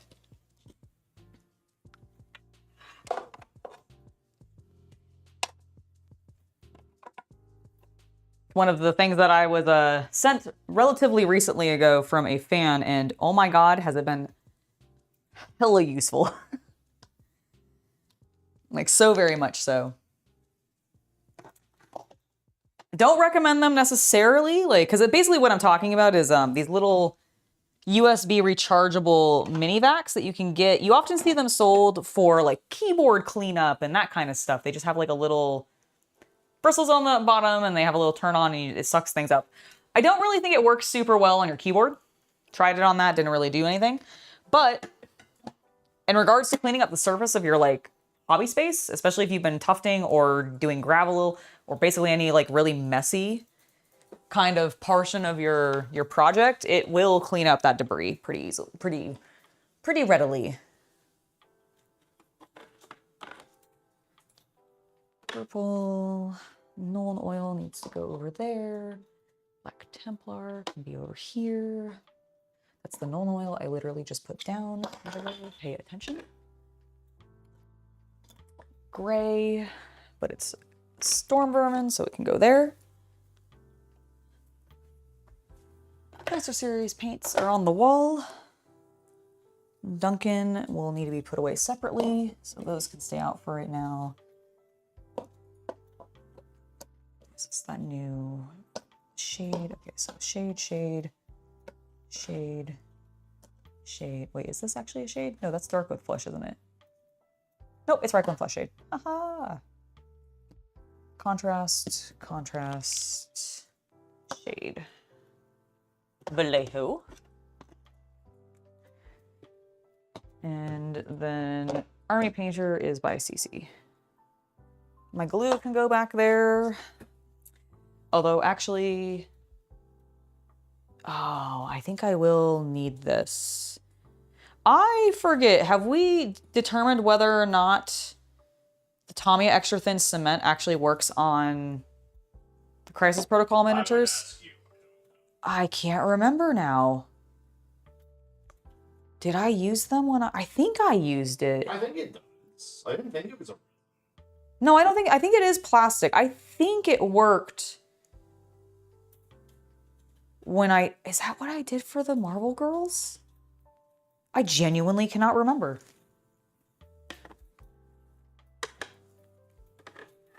Okay, so that's there. Go put this away. They're Duncan and shades.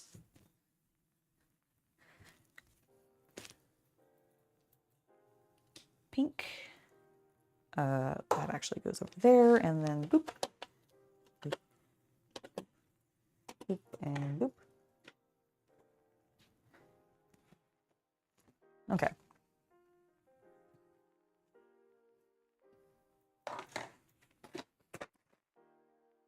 And let's get that out of the way. I will need my clippers. I don't need any of my brushes, so I'm going to go put those at the sink so that I actually remember to wash them.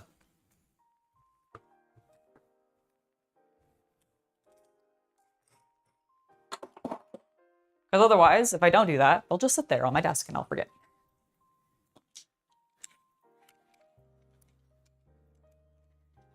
Okay, I'll grab my Tamiya because I think it works. I genuinely do not remember.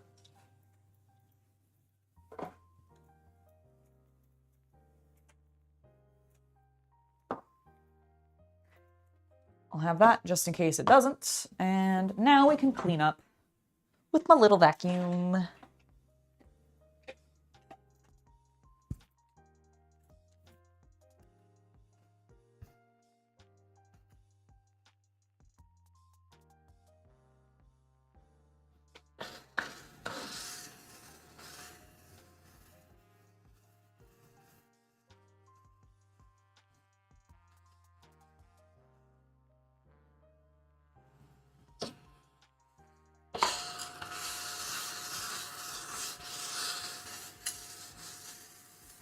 There we go.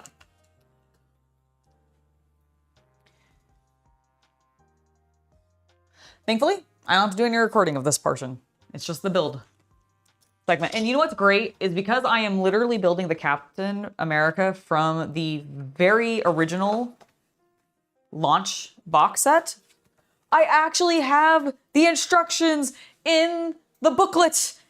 I hate having to use Atomic Mass Games website to look up the instructions for my goddamn miniatures when it comes to Marvel Crisis Protocol. Like, I understand it is a environmental friendly option, and I respect that. I wish, because these are not generally very complicated, that they would just print it in like a tiny little leaflet that I could unfold and then recycle afterwards. But no, it's all digital. It drives me insane. All right, Captain America, this is who I need. I am building Cap. For America, not... We're in a state right now. Okay, let's do this. Yeah, because I'm like, it is a little bit of a different plastic type, but I think it'll be okay. Let's go ahead and I'm just gonna clip literally everything out. Pretty easy to tell which arm is which piece is which. Thankfully, MCP is pretty good about that.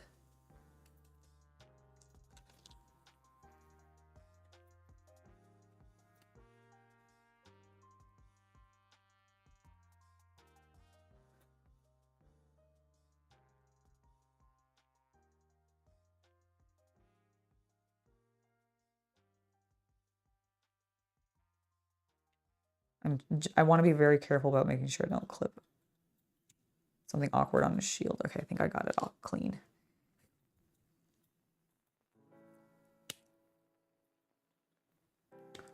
I can tell that I'll need to do a little bit of cleanup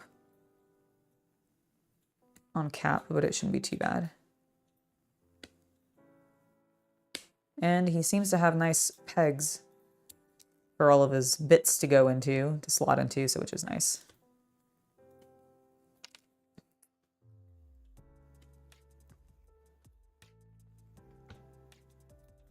Why don't they print the instructions on the inside of the lid? Probably because there's too much of a risk of it getting damaged if somebody rips the box open. Would be my bet.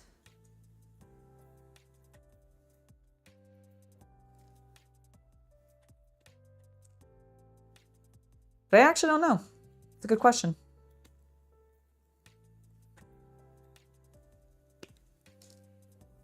I didn't realize Cap actually had shoulder pads, like separate. In World War II.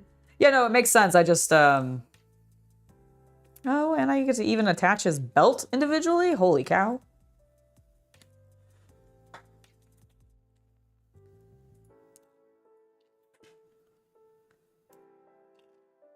All right, those are all of our pieces clipped out. Let's go ahead and clean them up. Do I have a mold light remover here? Hell yeah, I do.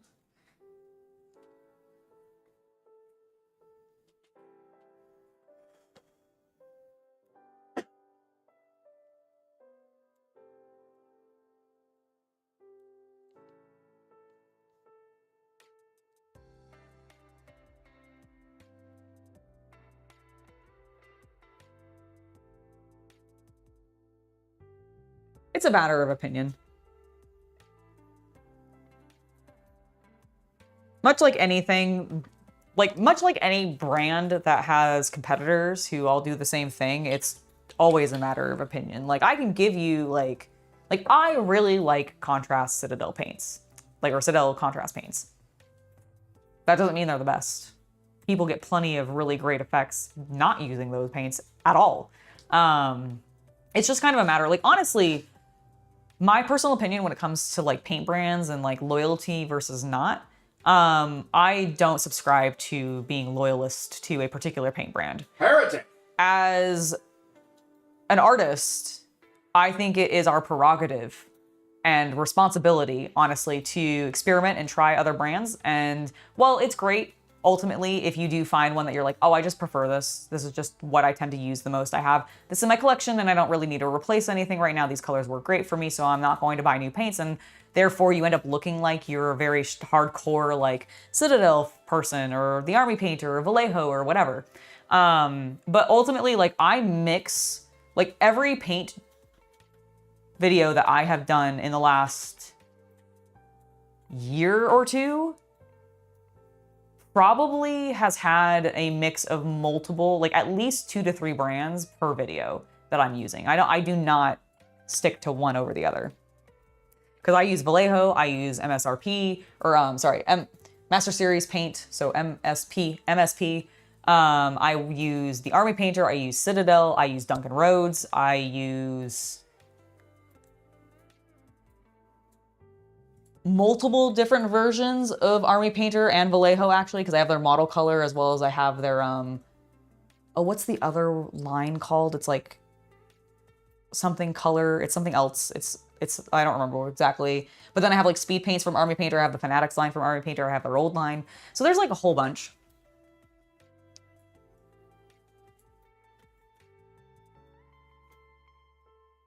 Same. All right, so our first step literally is to put his torso together, which makes sense. Let's see how well this goes. Not bad, not bad. Okay, I think I'm gonna glue it together. Okay, I got a little bit of gapping up there. Let's see if we can smooth that. What is happening there? Why are you... Gapping. I hear that's popular with recent grads. Gapping? Yeah, they like a gap year. Oh, I see.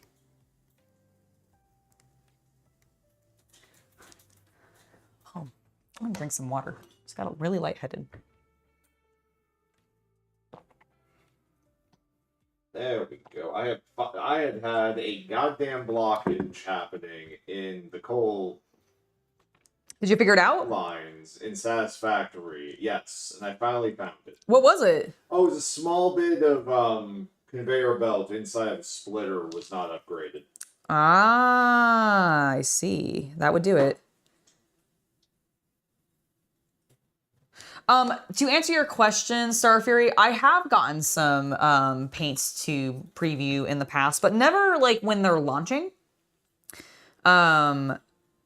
Actually, the whole collection of these two boxes that I have.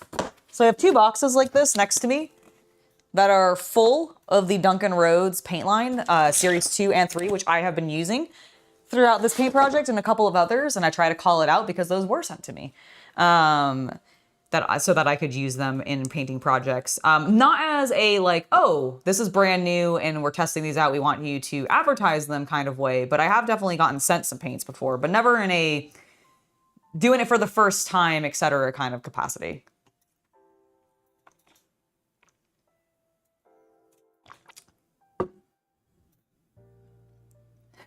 I understand, Luke. Good luck and thank you for being here. It was lovely to have you in chat with us. Your paint preference has everything to do with keeping consistency. You've been using the same paints for your armored camouflage schemes for like 25 years. That happens though, and I don't think there's anything wrong with that. Like, I think that's where people assume a paint like loyalty comes from. And it's not really so much that you're like actually loyal to that paint brand. It's more so just that you know how those paints work, you're comfortable with them, and they haven't failed at their job yet for you. So you just keep going with them. And I feel like when you're at that point in your painting like career, if you will, you probably are also like, I'm also not going to buy new paints until I run out of this. But I know how to conserve my paints quite well because I'm either using wet palettes or I just don't put a lot of paint out on the dry palette that I'm using. And so you're just able to like make that paint last for a really long time. / sometimes they just used to sell bigger bottles of the shit. And so you just have more to work with. So I totally get that. You have all 3 waves. Oh my gosh, no, I completely agree. The Two Thins coat line, very, very nice to work with. Love working with it. Like also, like one of the things that I really like from his line, from Duncan's line, is all of the metallics. All of the metallics are great that I've at least tried so far.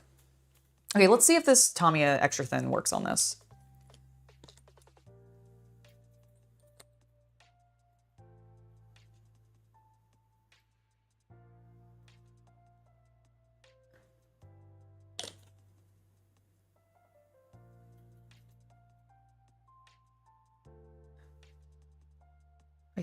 I think it's scooping it.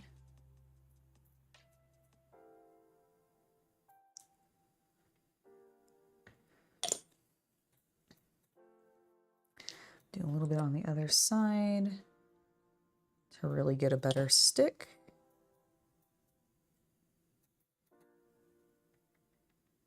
Hopefully that'll help me deal with that slight gap I was seeing.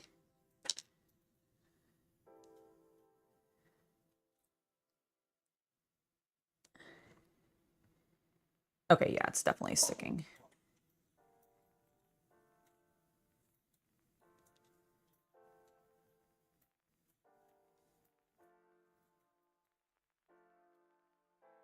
Ooh, are they doing another one? I actually haven't heard of that one yet.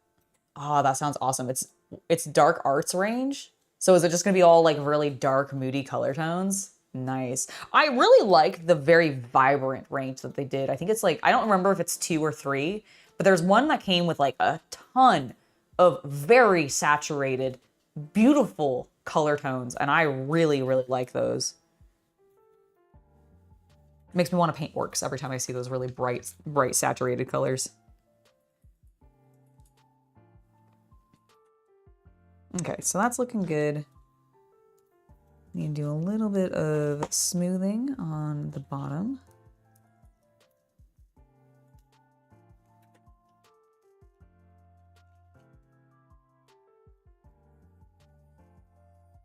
There we go.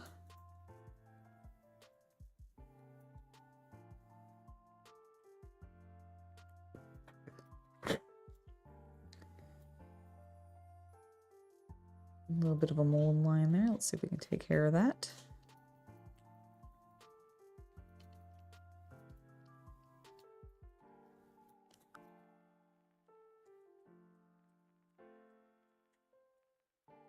Be especially careful about mold lines on his butt. We can't let America's ass look bad. 10-year-old joke. I know. But this is old cap, so it makes sense. Sure. It's appropriate. It's an appropriate reference to a 10-year-old joke.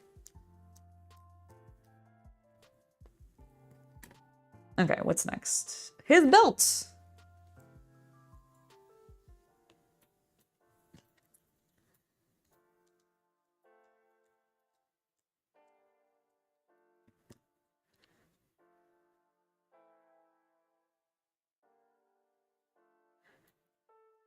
Oh, I see. Is this just you gave me spare packs? It's not actually a belt. They're just like the little ice. Rob Liefeld expansion. Got it. Got it. Of course. Of course. We wouldn't want to disappoint Mr. Liefeld. I just want to say, as a man with a Liefeld chest, I am offended by people who are offended by him. My only actual issue. The feet. Yeah. So actually, my only actual issue with Liefeld is actually his attitude about being criticized. Yeah, but if you'd gotten as much autistic harassment as that man, That's fair. you'd get bitter and angry. No, I get that. I do. Like, I'm not saying that I don't understand it. I'm just saying that's what bothers me about it. Yeah. It's sort of the same empathy I give to, the Invader Zim guy. Oh, yeah. I don't remember what his name is, but I know what you mean. Yonan Vasquez? Who's Yonan Vasquez? I don't remember. Okay, like, that name is standing out in my head. yeah, I apologize. I don't know if I've ever actually known that guy's name specifically because I was never a big Zim fan. You were never a Johnny the Homicidal Maniac fan? No. Was that your sister? Yes. Of course. It was also something that, like, a couple people that I knew in college were really fucking obsessed with. And in the same way that this one chick ruined Avatar: The Last Airbender, like the original series for me for years, she did the same damn thing, and I've never gotten over it with Zim. Because she was fucking obsessed, and it drove me absolutely... Was this someone I knew? Yes. Was it Chaos? No. Okay. No, I'll tell you about it later. Alright, that's fine. I just knew if I said that name... Yeah, no, it wasn't. You know who that was, though? Yes, I do. Okay. Oh, Lord. Oh, Lord, indeed. The much cringe. Indeed.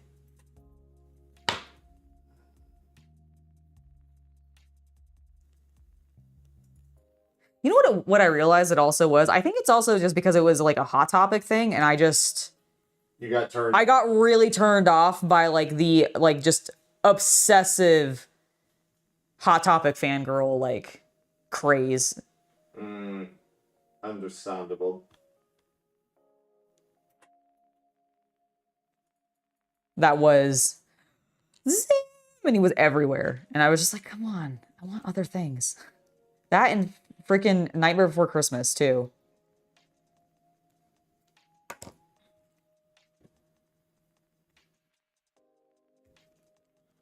I am fixing some, like, I got some, like, debris happening here, and I'm just trying to clean it up.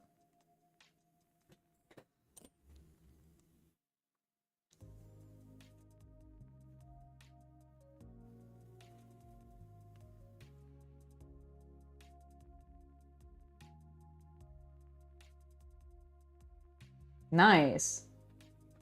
Oh, excellent. I'm looking forward to that then, Wolf Samurai. Ah, 21 new colors. Hell yeah.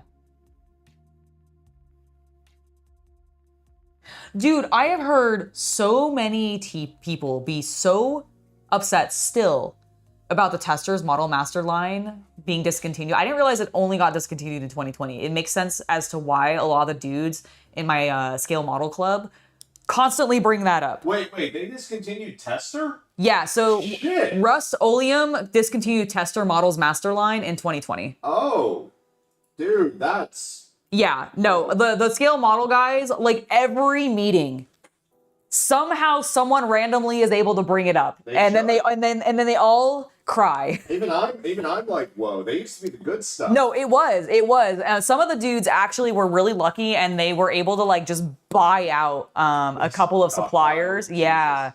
And they just have like, because there's one paint in particular that Testers had that they mention all of the time, and I don't remember what it is specifically. I think it's like one of the primers or something like that. I remember Tester was a great But paint. like, yeah, it's like they lament it absolutely every opportunity they can. Do not blame them. No, I never used it, but I've heard amazing things about it. I've used it. It's amazing. Have you? I've never used Testers. It's one of the things that like down the line, if I find some. I guess I could probably ask the guys and be like, does anybody have something I can try? No. People's Tester. I will not stand for Does it. anybody have any I can buy so I can try it?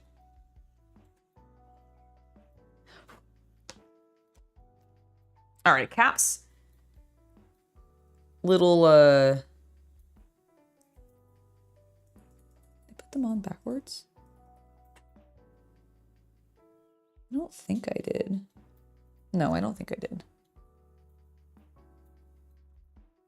Yeah, that's the flap. Okay. When you stare at it and you go, did I do that wrong? Did I do that? Did I do that? That's too old for it. It's true. All right, we need to clean up this arm. I definitely see a mold line.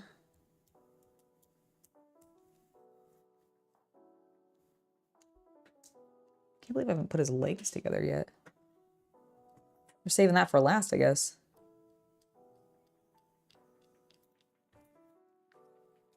Little known fact, Models Master Paints are the official federal standard color the actual world militaries. That makes sense. Is that why they're so valuable? That's why people like them so much? I wonder if that's where they got the name. Oh, yeah, I wonder, actually. That's cool. Did not know that.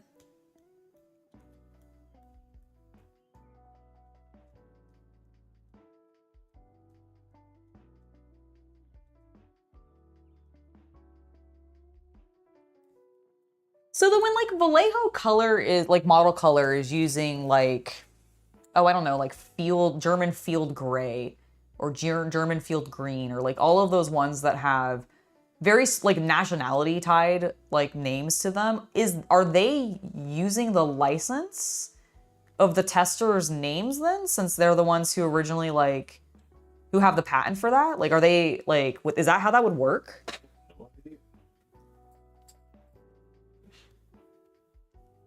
Because, like, I know the reason Citadel, for example, makes up all of their bullshit random names is because they want to have the copyright on, like, the color or whatever. So, like, is that what happened?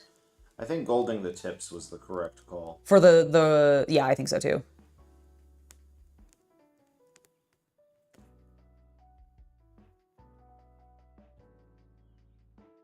Looks pretty cool, huh? Mm-hmm. Yeah, and the Skaven Blight, I think, worked. Oh, yeah, no, that was, honestly, that set me off in such a good direction, color-wise, for him. I'm so happy you suggested it. Oh, yeah, and the emerald green worked well. Mm-hmm. Yeah, on that little gem. Or the little bauble. Yep. Okay, that arm's looking good, so we need to attach one of the shoulders to here. This one gets the A. I got pieces stuck to me, good lord. All right. Oh, we definitely need to clean that up. Easiest primers to airbrush with. Ooh.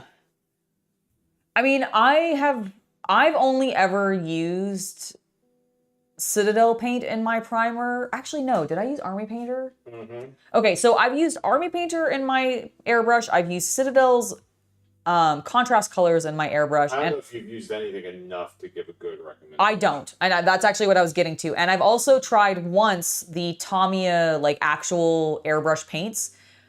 I had decent experiences with all three, but I have not used them often enough to actually give you a genuine answer to that. If anybody in chat or later in the comments, if you're watching this on the VOD, has any suggestions for good primers to use through an airbrush, please put them either in chat or in the comments below, because I would love to know that myself for down the line when I get more into airbrushing, because I would like to still do that. If that ever happens. It will. Sure.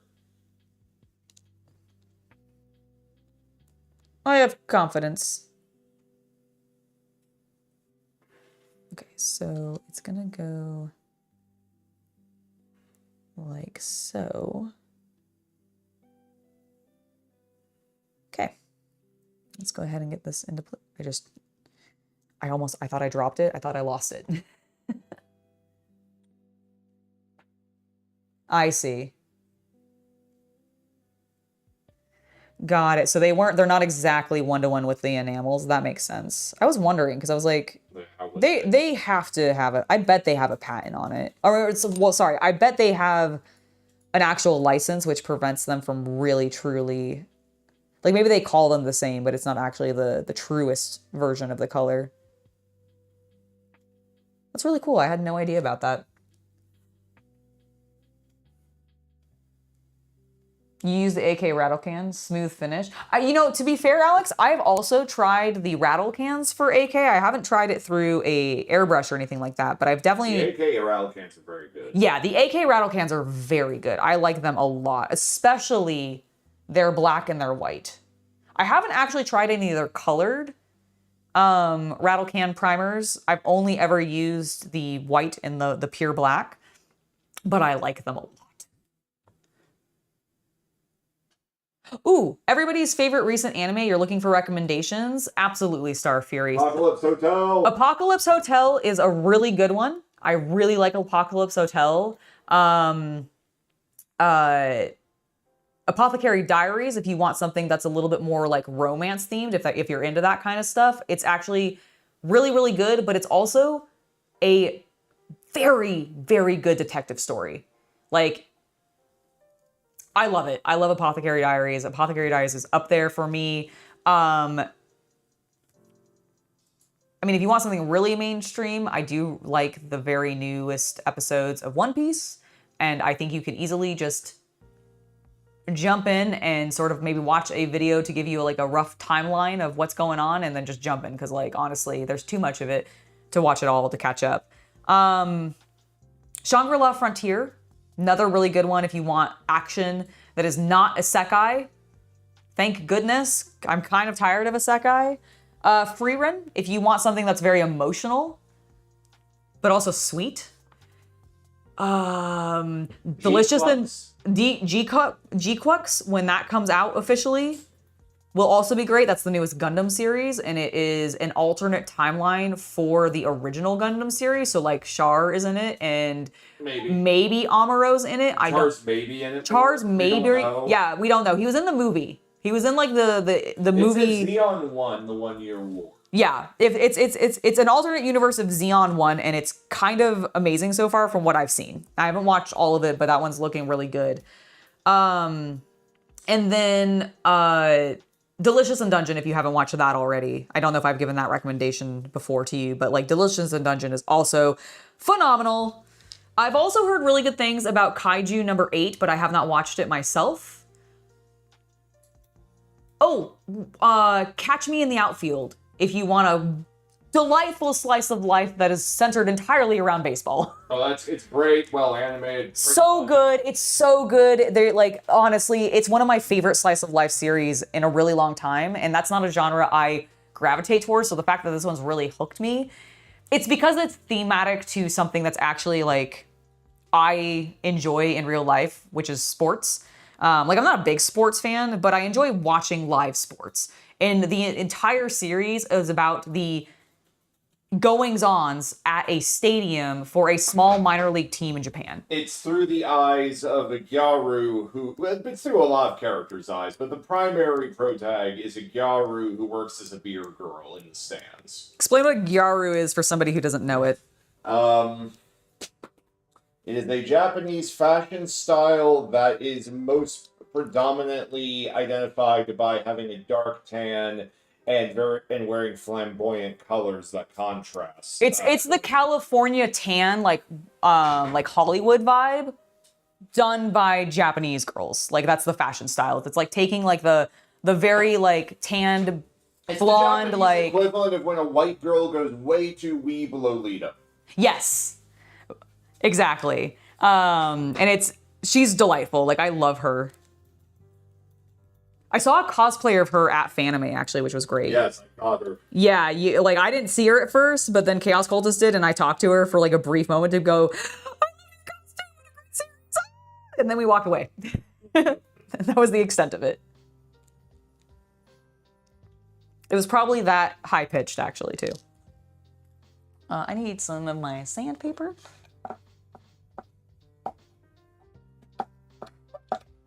Maybe if I can actually grab it, that'd be great. Thank you. Have you watched Kaiju number 8? I haven't watched that one yet.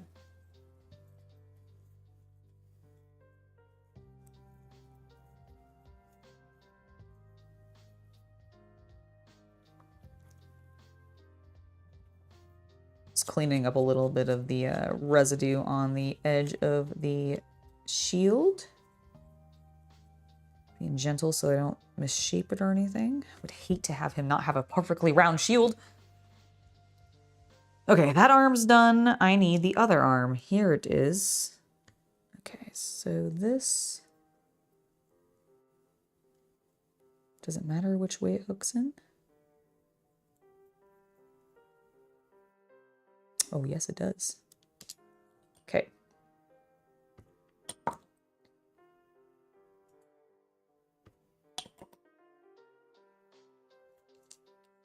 Let's get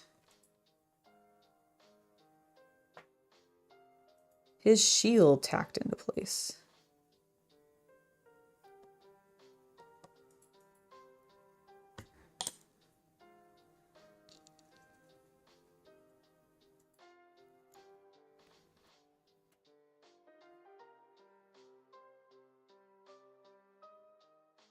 Cool. That was easy. I like when they make it so that some of the slots are specifically sized, so you can definitely tell that, ah, no, this is the orientation.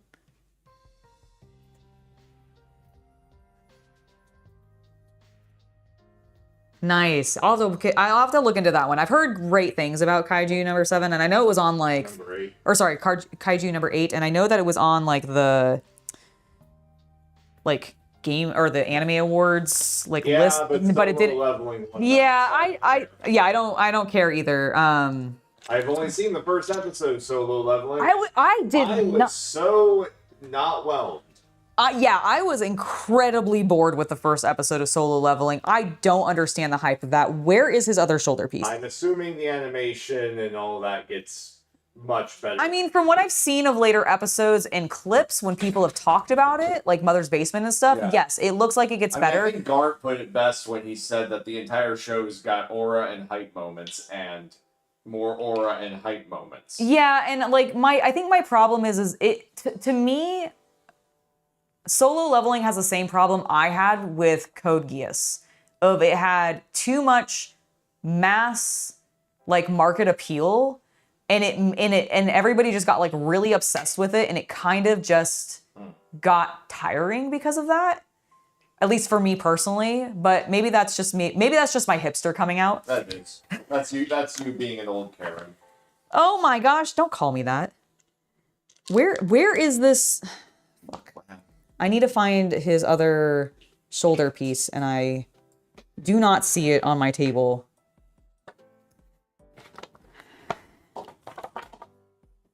I found it. It was between my thighs. Ha-ha! Oh, nope, never mind. That is a different piece that was between my thighs. Okay, so it's not there. Did I drop it on the floor? It's like a random, like, half circle shape, and it's going to be plain. It's not going to have the A on it.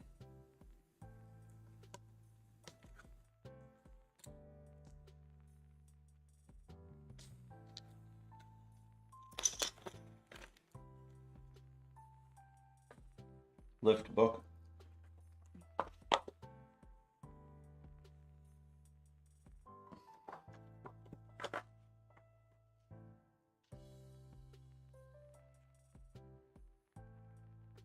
All right, it's got to be in here because I definitely clipped it out. Is it on my blanket? This is the one time having... Oh, I think I see it. I think I see it. Ha! I found it.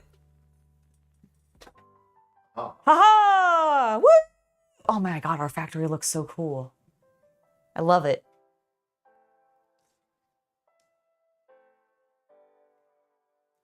You haven't watched Solo Leveling, but Kaiju number 8 is absolutely fantastic.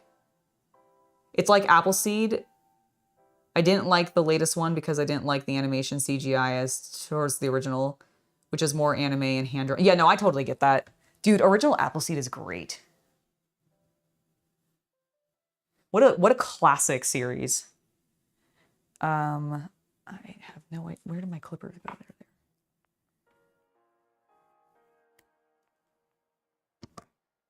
There. Okay. That's been handled. Let's get this into place.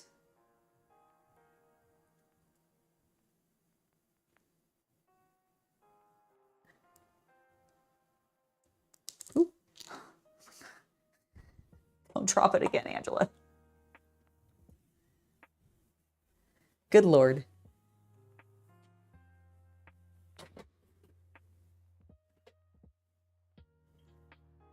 Get off my finger. Get there. Get some glue around there. And...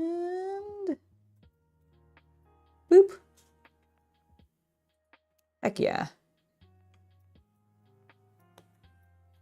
Don't pull it immediately back out, you dummy. Oh my god, Wolf's Rain, holy cow, I have not thought about Wolf's Rain in ages. My little sister, who was obsessed with wolves, probably still is, actually. There's like a Shania Twain AMV of that music video. Yes, there is. Oh my god, yes, I remember. But yeah, Wolf's Rain, holy shit, I've watched all of it, love it. Great series. Is that a light bulb shape on your blanket? Probably a skull. No, I think it's the skull. So my blanket has a variety of like witchy symbols on it. So I've got a potion bottle, there's a cat, there's the skull, there's the fish bones, there's the moon, there's some gems, some stars. So that's what's on the blanket. So you probably saw either the either a giant version of the potion bottle or maybe the skull.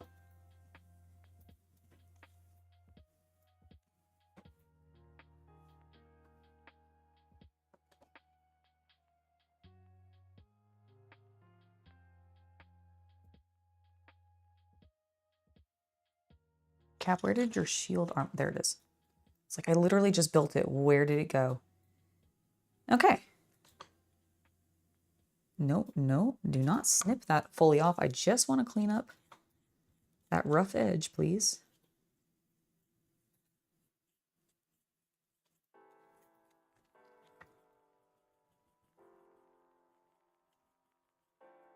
It might have been the potion bottle. That's kind of what I think too.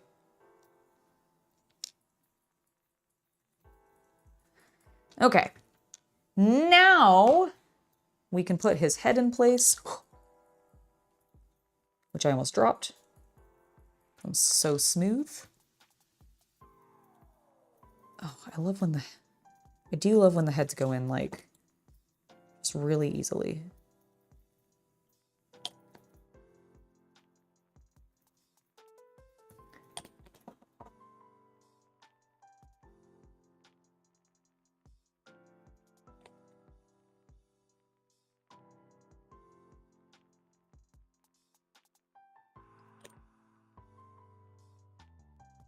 I think I'm gonna put the arms in first.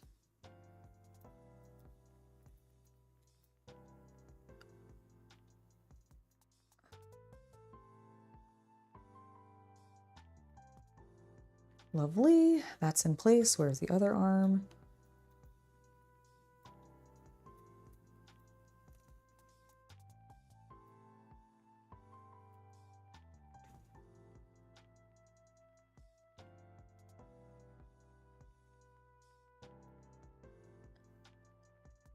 I need a little bit more glue on this arm.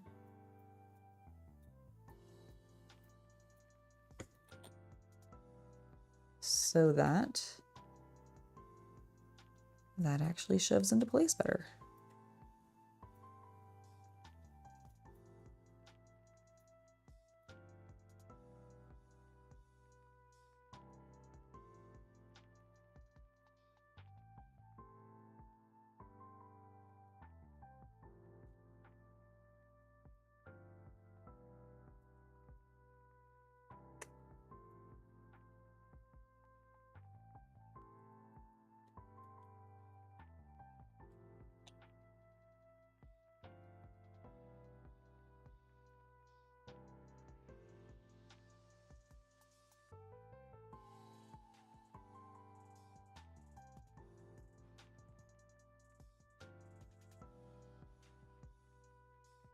There we go.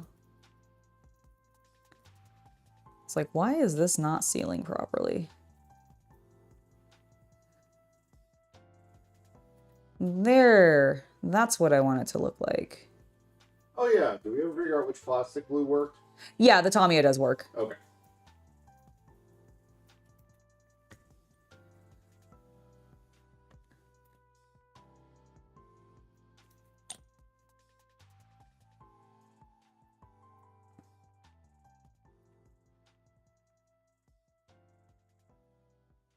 There we go. Get that arm into place better.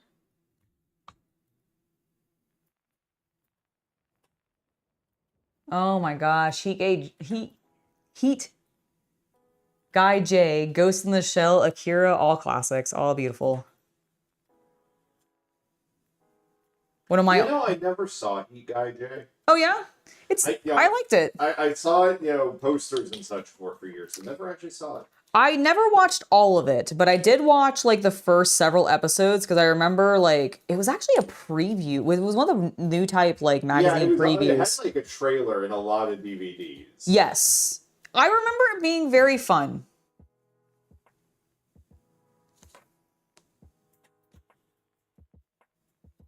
But yeah, for me, if you want to like go real nostalgic and you just want recommendations of like older anime to watch, I have two main ones that are just go-tos for me.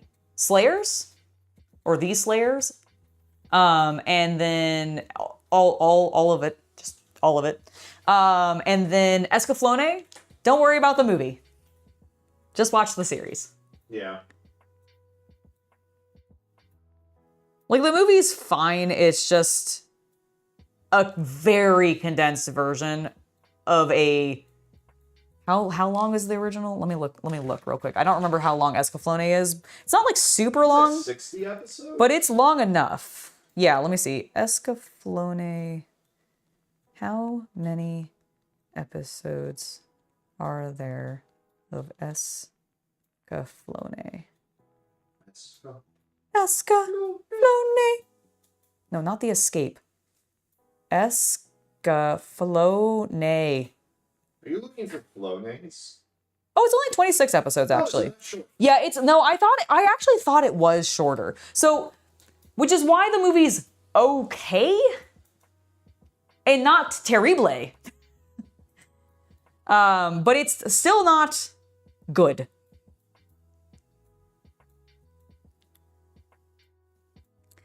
And I would definitely just recommend the series over the movie. Now, keep in mind, both of these are somewhat more fantasy than, say, sci-fi, although Escaflowne is a mix of the two, because there are giant mechs in it, and also dragons. It's sad at this point, Full Metal Alchemist is over 20 years old, so you can actually say that's a good class. Oh my god, you're right. You could. Like, going back and watching, I would say Brotherhood, though? Like, which of the FMAs would you recommend to go back to? Oh, Brotherhood, probably. Yeah, because it's the really more complete one. It is. I don't know. They're just. I like the beginning. The problem is because Brotherhood came out so close to the original, they skipped over the beginning pretty quickly. Yes. And so it's a weird case of I feel like you should watch the first one partly and then go to Brotherhood. But that's just me. Oh my god, Hunter x Hunter also. Yeah, no, I agree with you. I do hear what you're saying about Full Metal Alchemist in that regard. Hunter x Hunter is another great, extremely long series. Somewhat problematic character sometimes. I like Yu Yu Hakusho better. But that's not done by the same guy, is it? What was the Let me look at Yu Yu Hakusho's mangaka do? He did definitely something. Was it Hunter x Hunter? I thought it was, but I could be wrong. Who? That's how, not who. Who wrote the Hunter manga? Yoshihiro To. Oh, okay, known for creating Yu Yu Hakusho. Yes, okay, you're right. You are correct. I thought so. You know what? Oh, which one do I prefer? So here's the thing. Hunter x Hunter, I believe, is a more... Like, I think it actually got a finished story, because I think it's still happening, manga-wise. Or if it didn't, I think it might have wrapped up recently. But, like, I think it was a longer-running series, so I think it had a more complete story. The problem with Yu Yu Hakusho, as much as I love it, is I feel like it just ended.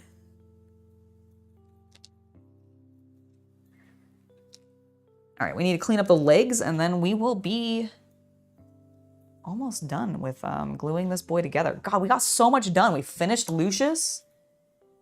I put together my next project. I've been trying to get you to do this. I know, and I'm very proud of myself. I'm just hyped about it. Where the fuck did I put my goddamn...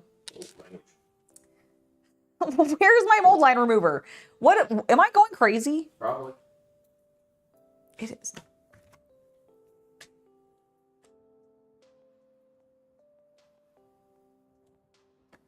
There it is. How did it get over there? Oh, probably when we were looking for...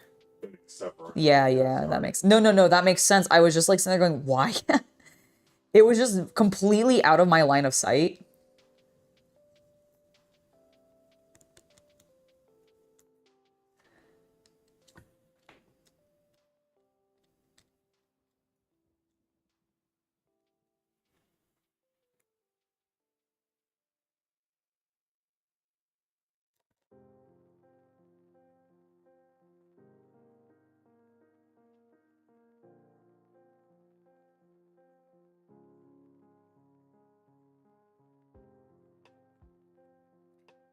Anyone coming to my watch-along party tomorrow on my free page for Money in the Bank? I know some of you probably are in chat. I'm curious how many of you might be. I'm looking forward to it. Money in the Bank should be good.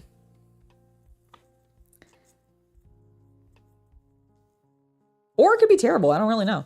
I feel like Money in the Bank is one of those pay-per-views that's kind of hit or miss. It can either go exceptionally great and be really fun, or it can just be like, well, that was predictable.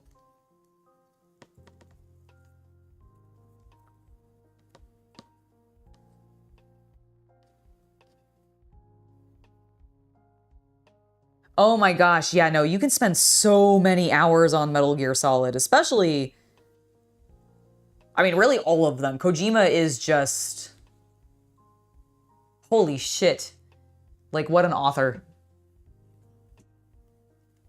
What a developer.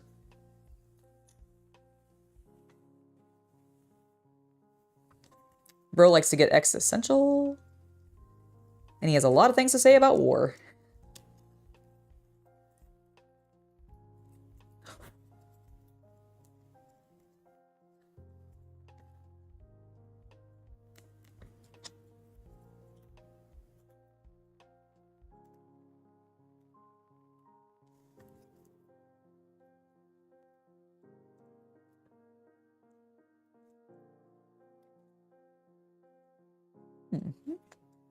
Almost.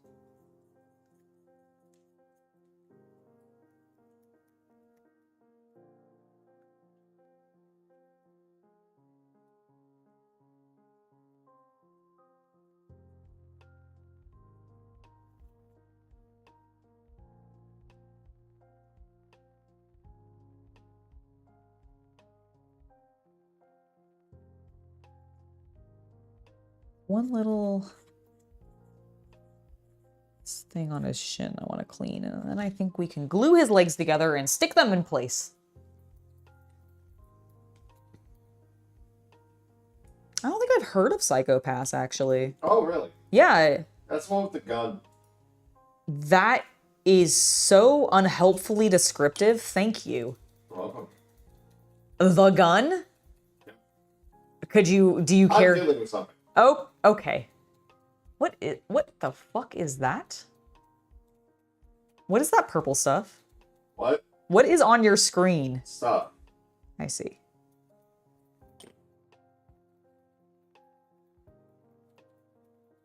It's a material I haven't seen in Satisfactory yet.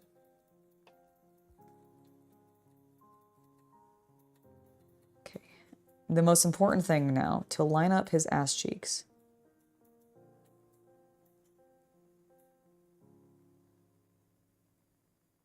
Okay, we're gonna let that dry, and then we just need to smush them together. While I'm doing that, I'm actually gonna take a very, very brief break. I need to bio, so I'll be right back. See you guys in just a sec.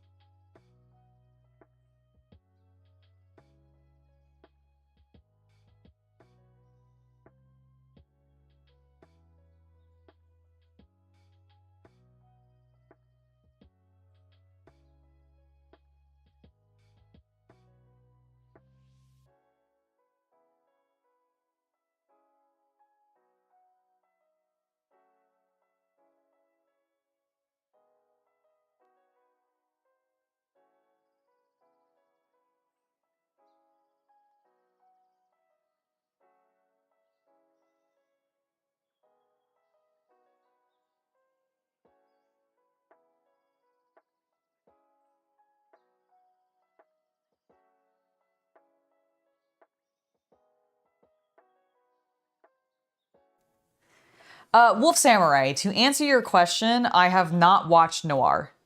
I know of Noir, but I have not watched it.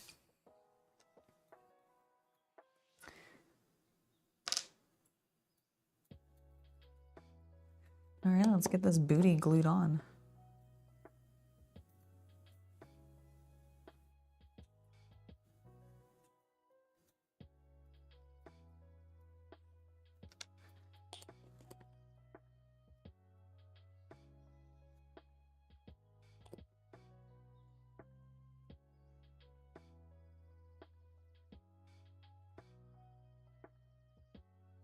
Okay.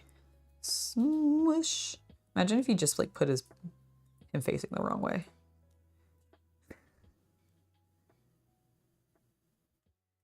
Somehow you got his ass facing forward. All right. Look at our bro. Let me focus the correct way. There we go.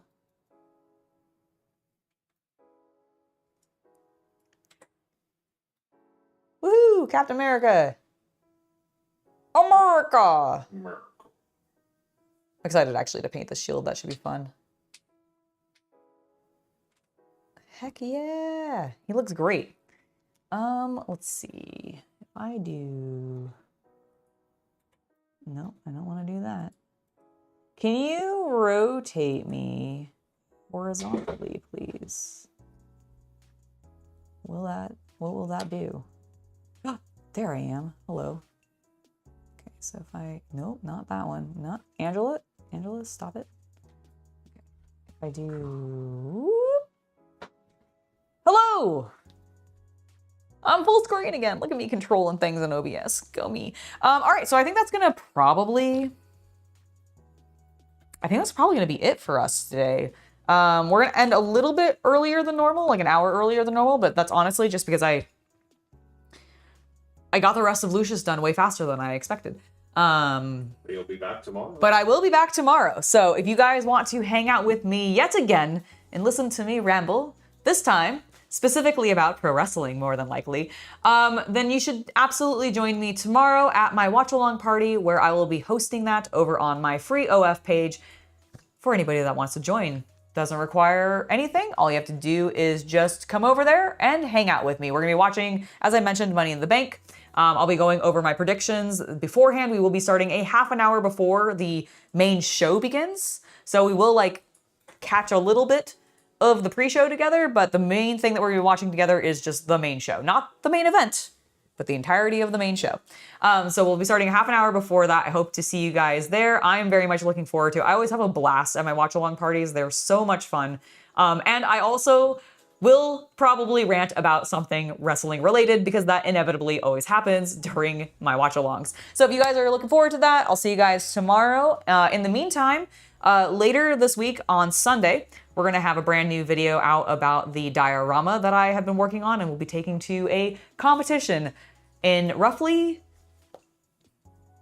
a week. Actually, yeah, roughly a week, which I'm extremely excited about.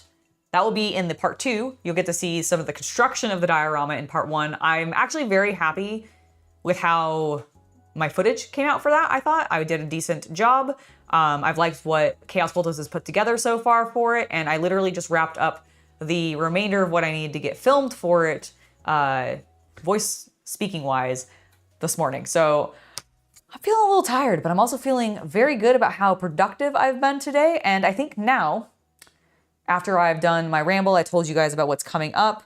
I do have some collabs in the works coming up in the near future. You'll get more information about those probably starting next week. But I am very excited for them. Some of them involve Shay, also known as the Shy Goth Exhib, which you have seen me host here on the channel before. But another one of them features a lovely woman who I have never hosted on my page before, and that is Yazgul. And I'm really, really, really looking forward to having her on. If you guys are not familiar with her, she is also a OF girl and is very active on Twitter and everything, but also a massive Warhammer nerd. And she is super into Tyranids, which is what she'll be working on when we are painting together. I haven't decided fully what I'm working on, but that is coming up very, very soon. I'll keep you guys posted about that, and hope you guys are looking forward to it all. Anyways, thank you guys so much. Are you filming the diorama event? I will be capturing some footage at the diorama event, yes. I will not be doing like a full video about the event by itself. It'll be included in the conclusion to me finishing up what I show you of my diorama build, because basically I broke it into 2 videos. We broke it into the constructing the base and doing all the texture work and getting everything prepped for paint. And then the second video is gonna be about the painting process of it and then how the actual show went.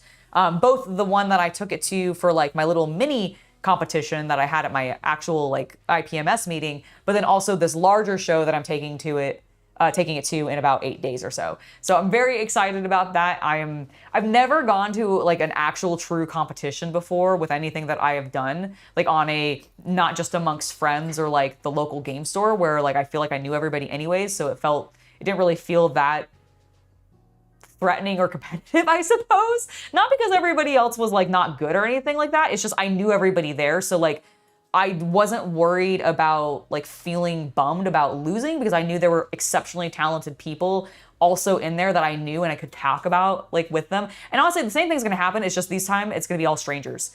And I have Never done that before, and I'm super, super hyped.